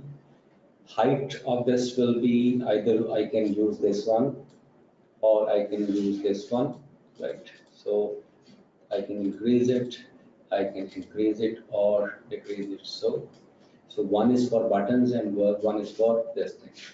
So you can put this right over here. It is a bit, so we need to just minimize it a bit so that it fit here. So it is, now we have a nice little slicer here. Similarly, I can use this. So this is 1, 2, 3, 4. I can do it manually, right? So this is, I can put over here. I think this is okay. So we have ABC company, we have CPA, we have this, we have this. So this is nice little thing we have here, right? Now, what we can do, we can create a chart as well on the basis of this data. Now we have analyze and we have the pivot chart. If you click the pivot chart, this will give you the different pivot chart that you may have, whatever chart that you want to put in. If you click any of this chart, for example, I want to have this chart, right? So this is the chart I want to have. And I don't want to have all this information. I don't want to have this, I want to have this, I don't want to have this, but I do want this because this is the chart title. And this is, for example, select and write product summary, product sales summary, right? So this is the product sales summary, and I don't want to have all this information. So in order to do so, go to the analyze and you have the show hide buttons. You have this hide all, and if you go to this, just select this, delete it, and you will see you have the nice little picture, right? Now you have created your first dashboard, simple dashboard here, based on one table, based on few slices. And if you click ABC, now look at what happened to this chart. Because this chart is based on this data set, as this data set changes, so is the case. So if you want to central, now look at here. So this is the central information, this is the east one, this is the north one, this is the south, this is the west, and this is what actually is the case, right? So this is the first thing that you have done. So any question on this, because I'm moving towards the next topic, which is the dashboard. If you have any question on this, please do ask.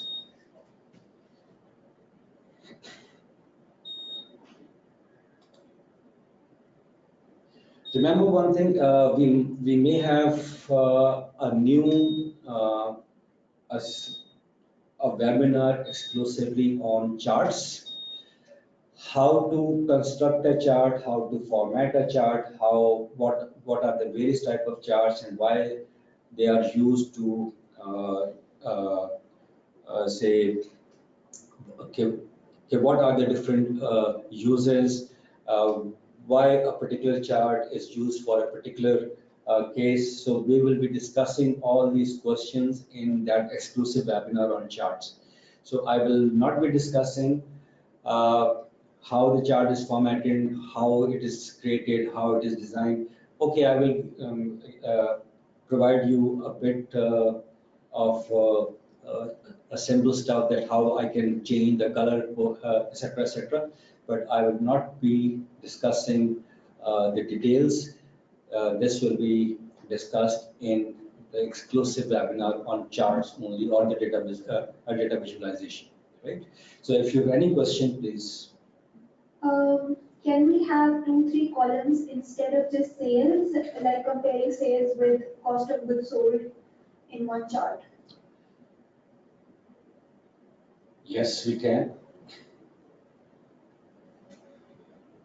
Can you add percentage of total to pivot chart? Yes, we can. Can we insert a column in this data? On this, yes, we can. Yeah. Now they ask how. Okay. Guys, whatever question that you have asked, you knew the answers already. By now, you should know that how pivot table can be generated. So whatever change that we made to this pivot table, right, it should reflect on this. Now look at here, I want to insert a new column that is the cost of goods sold maybe. So if I click cost of goods sold, now look at here what happens to the chart. So we have the cost of good, we have the sum of sales, we have the sum of sales. So we have two columns, one each representing. So in order to, we need to insert the legends. For example, click and we have the legends here. So now we have the sum of sales. This is the sum of sales and this is sum of, right? So similarly, you can present your data in terms of percentages. Yes, you can. So whatever changes that you have made, either insert a new column, delete a new column, present your data in terms of percentages or whatever it should reflect, right? We will do that in detail, maybe in our data visualization webinar that is exclusive to dashboard only. So we will be discussing various technique of developing a dashboards, right? What are the different ways we can do that, right? There are certain new things we can add to that, right? So we will do everything. So whatever the question that you have made, apply these changes to this, right? And you can have the impact on this, right? Any other question? What is interactive dashboard? Okay, what's the name of Faisal Rahman? What is interaction? So interaction means that you are interacting with this sheet in order to get the required answer. So if I want to get the required answer, for example, I want to know the information about a central region of all the customers, right? So this is the question that I'm asking. So if I click this, so I'm interacting. So my question is this. So I want to know what is the information of the central region with respect to all of these. So this should respond back to me. So it should interact to me. If I click OK, so it is interacting, said this is the information that I'm looking for, and this is their a graphical representation of this. Now, my second question is that I want to know only about the information in the region of Central about the ABC company. So again, I'm interacting. So this should respond back to me if I click ABC, and you see what will happen. So it says in the region of Central, in the ABC company, this is the information that I'm looking for, and this is the graphical representation of that information. So it is interacting. So we have already done the interaction, right? Okay.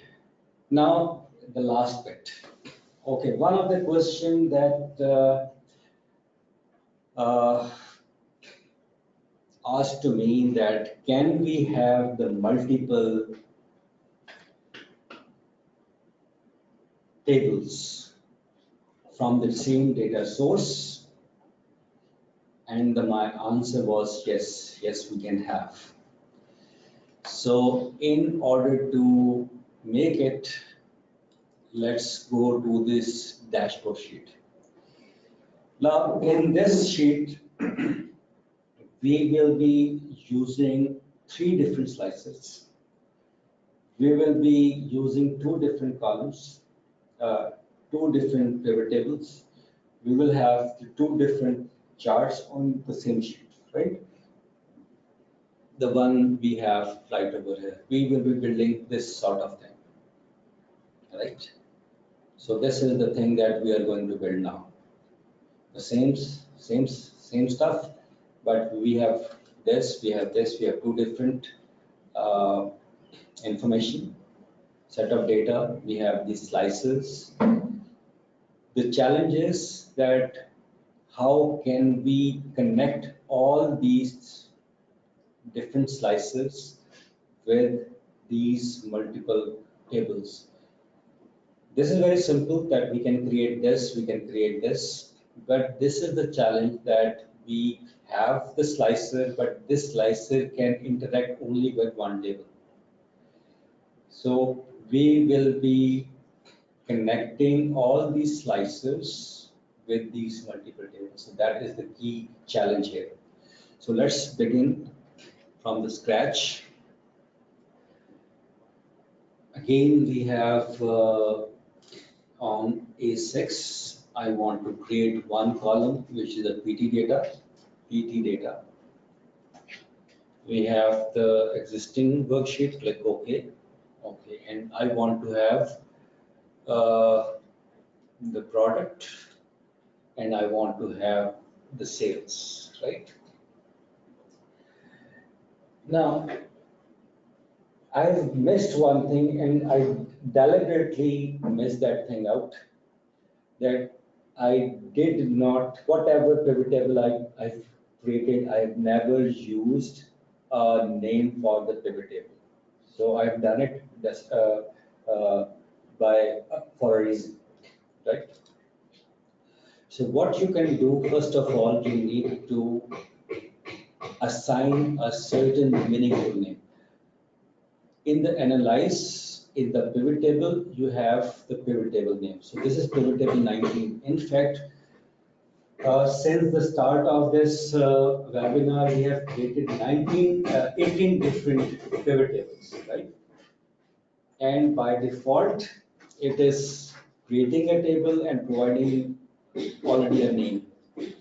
So we need to provide a name so that we can, whenever we need to reference that pivot table, we can use this name. So for example, we have the PT pivot table. This is the product,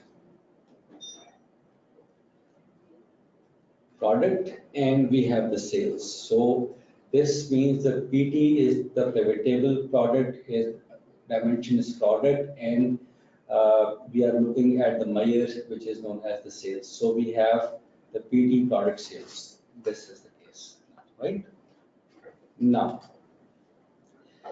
create another pivot table, Alt and V, PT data. Location is now this, click OK. We have the product, we have maybe the cost of goods sold, right? And the name of the data is PT for pivot table, dimension is product, and the Meyer is cost of goods sold. So PT, click OK. We may have different we may have different tables. So now what I will be doing, I will be creating 3 different tables.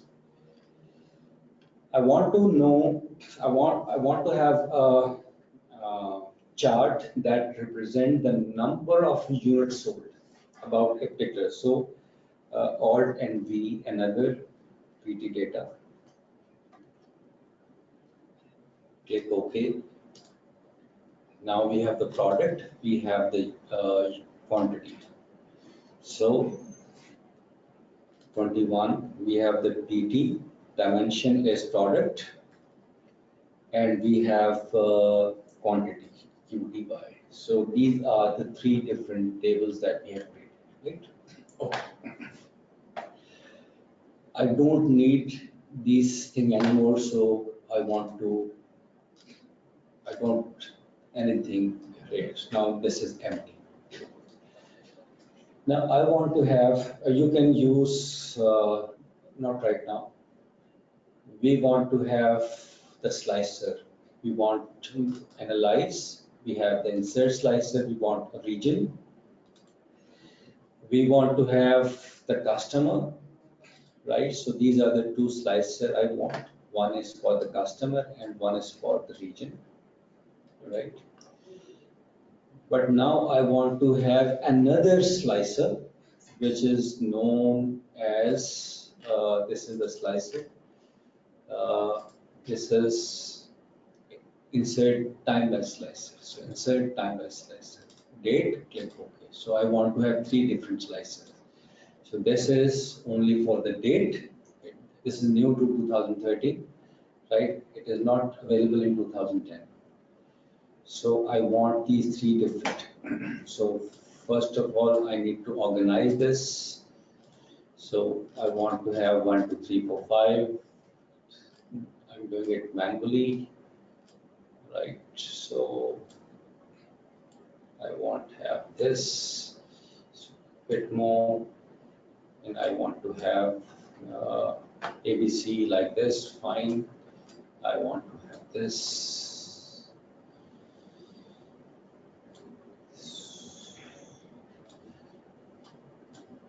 So 1, 2, 3, 4, 5. So I want to put width a bit more central, fine, and I want to have this thing in place. But first of all, I have the month, but I only want years. So these are the years. So this is, we have year, right? So I think, and I don't want, say for example, select options, go to, I don't want headers, or I do want headers, section label, time levels, scroll bar. So that is the thing I want to have. So just to have a better thing. So I have this, create charts, pivot chart. This is the pivot chart number 1, right? This is the pivot chart. This is for, this is for sales, right? This is for cost of goods sold, analyze, pivot chart.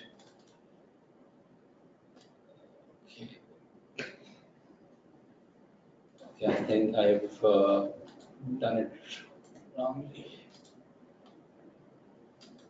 Okay, this is analyze, pivot chart. Okay, we have done one, and this is sale. This is for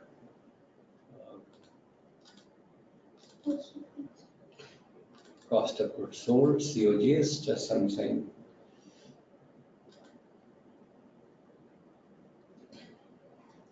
COGS, and the third one is analyze, and we have the pivot chart, we have quantities. So QD5, we have quantity. So that's it.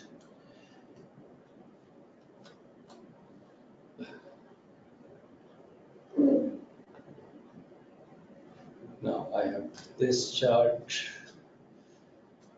I have this chart, for example, just to minimize a bit, so I can have the completing. Now I have Alt F1. Come on. Okay. Right. So look at here. Okay, we will discuss in our data visualization that how we can organize. The problem with this is that this is not neatly organized. So you need to organize these charts. But what we can do right now, we can have analyze. We want to hide all. We want to hide all. We want to hide all. So that we have more spaces, right? Okay, now this is connected with this. It does not connected with these two, right? Similarly, if I central, this is connected with this. It is not connected with the rest of the tables or this.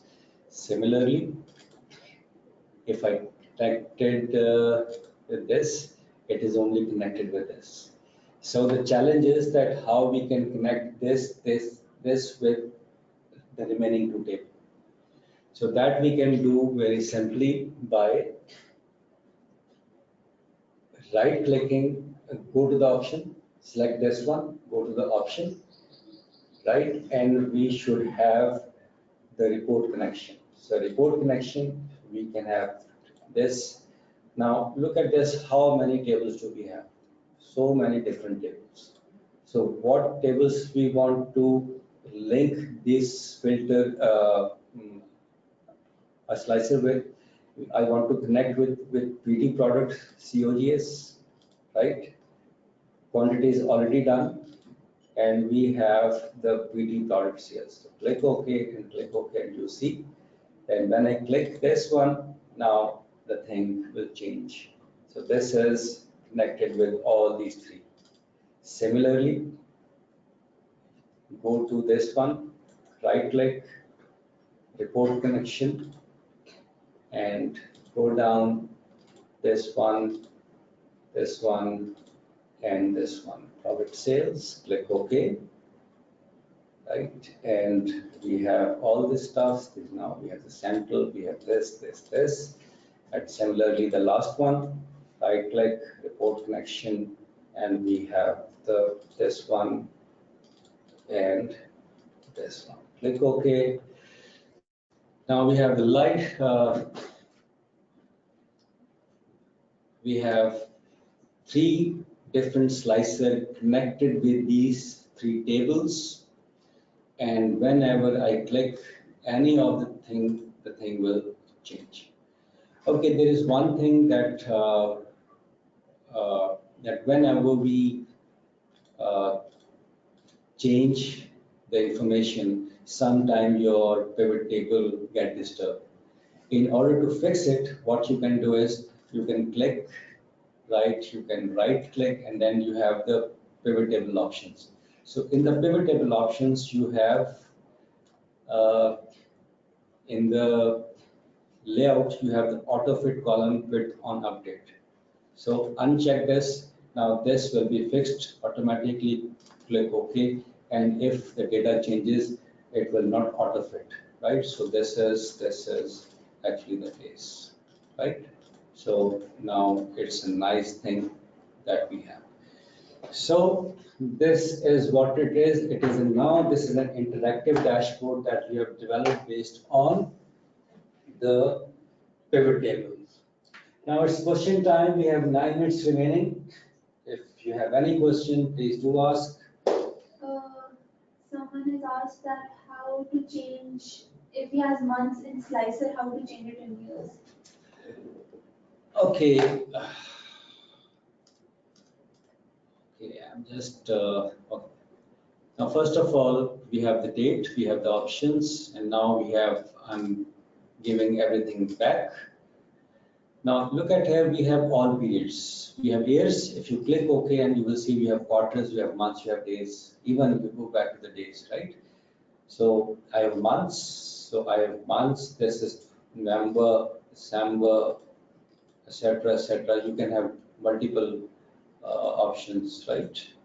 So this is November. This is December. This is this. So whatever information that you wish to have, you can have it from here. You're saying there's no option for years as in your Excel? It must be. Probably he's using some old version. No. If he's using 2010, then I'm afraid this option is not available. Okay, so someone has asked, sir, will you be sharing the session for completed file for us to compare our working with yours? So this file is with the ACCA, and if ACCA wish to share it with you, they can.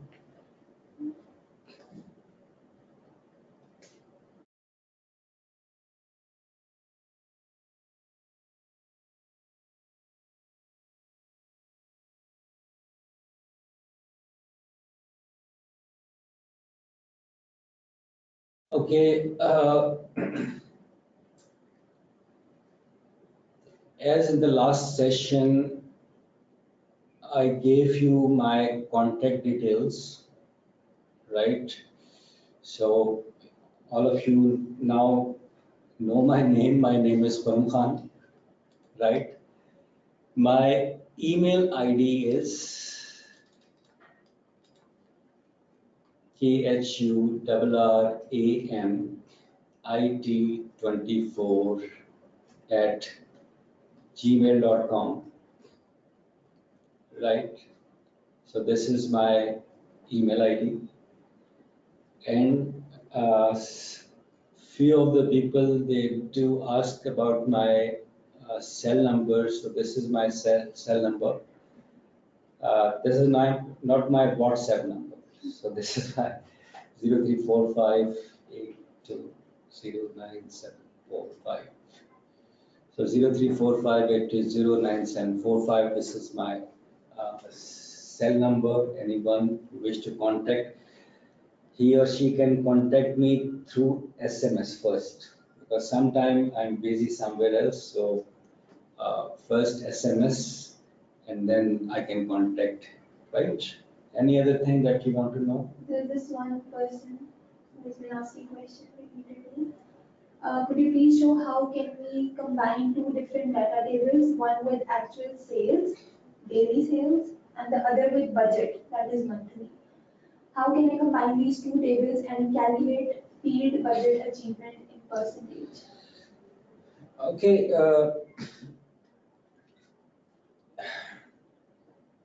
In your report, there are two things that you need to focus. For example, if you look at here, let me go back to the simpler stuff first. Okay, if you look at here particular, this is the sum of sales, right? This is the sum of COGS. I want to compare two things similar to each other, right? One is, this is what we call it a dimension, right? And this is what we call a measure. So I have two measures and one dimension. So I can compare the measures of this particular dimension that I can do. Now you are asking a daily with a monthly, right? So daily is something else. Daily can be calculated with daily, and monthly can be calculated with the daily. That what I think or you may have other context. You can send me your questions, right, through an email. I can look into this and then I will get back to you, because maybe I am not able to understand his questions clearly, because what I thought is that I can only compare two similar type of measures, right? So daily and monthly, these are two different measures, right? So if you have different context, you can send me an email, right? And I can try to answer that question through an email. He's saying that there are two different tables, like PT data 1, which is the actual, and then PT data 2, which is the budget. Okay. So he's asking about that. So he want to make a comparison. How can I combine these two tables and calculate the field budget achievement in percentage? Okay. If the question is that you want to combine two pivot table, uh, unfortunately, right now, uh, through this pivot table, this whatever we have done, it is not possible. But yes, we can have different ways to achieve this, and that I think I will let you know in my next webinar because I okay. Pivot table is an excellent feature. Now we all know that what it can do for us, but it has certain limitations. So one of the limitation is this, what he has identified.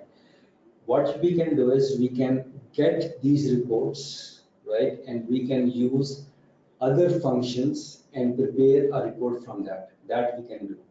And that we can do in maybe in next webinar, or he can contact me through an email and I can provide him an answer, right? I think it's 1 o'clock now. Let's call it a day. Thank you very much, all of you, for being a good listener, right?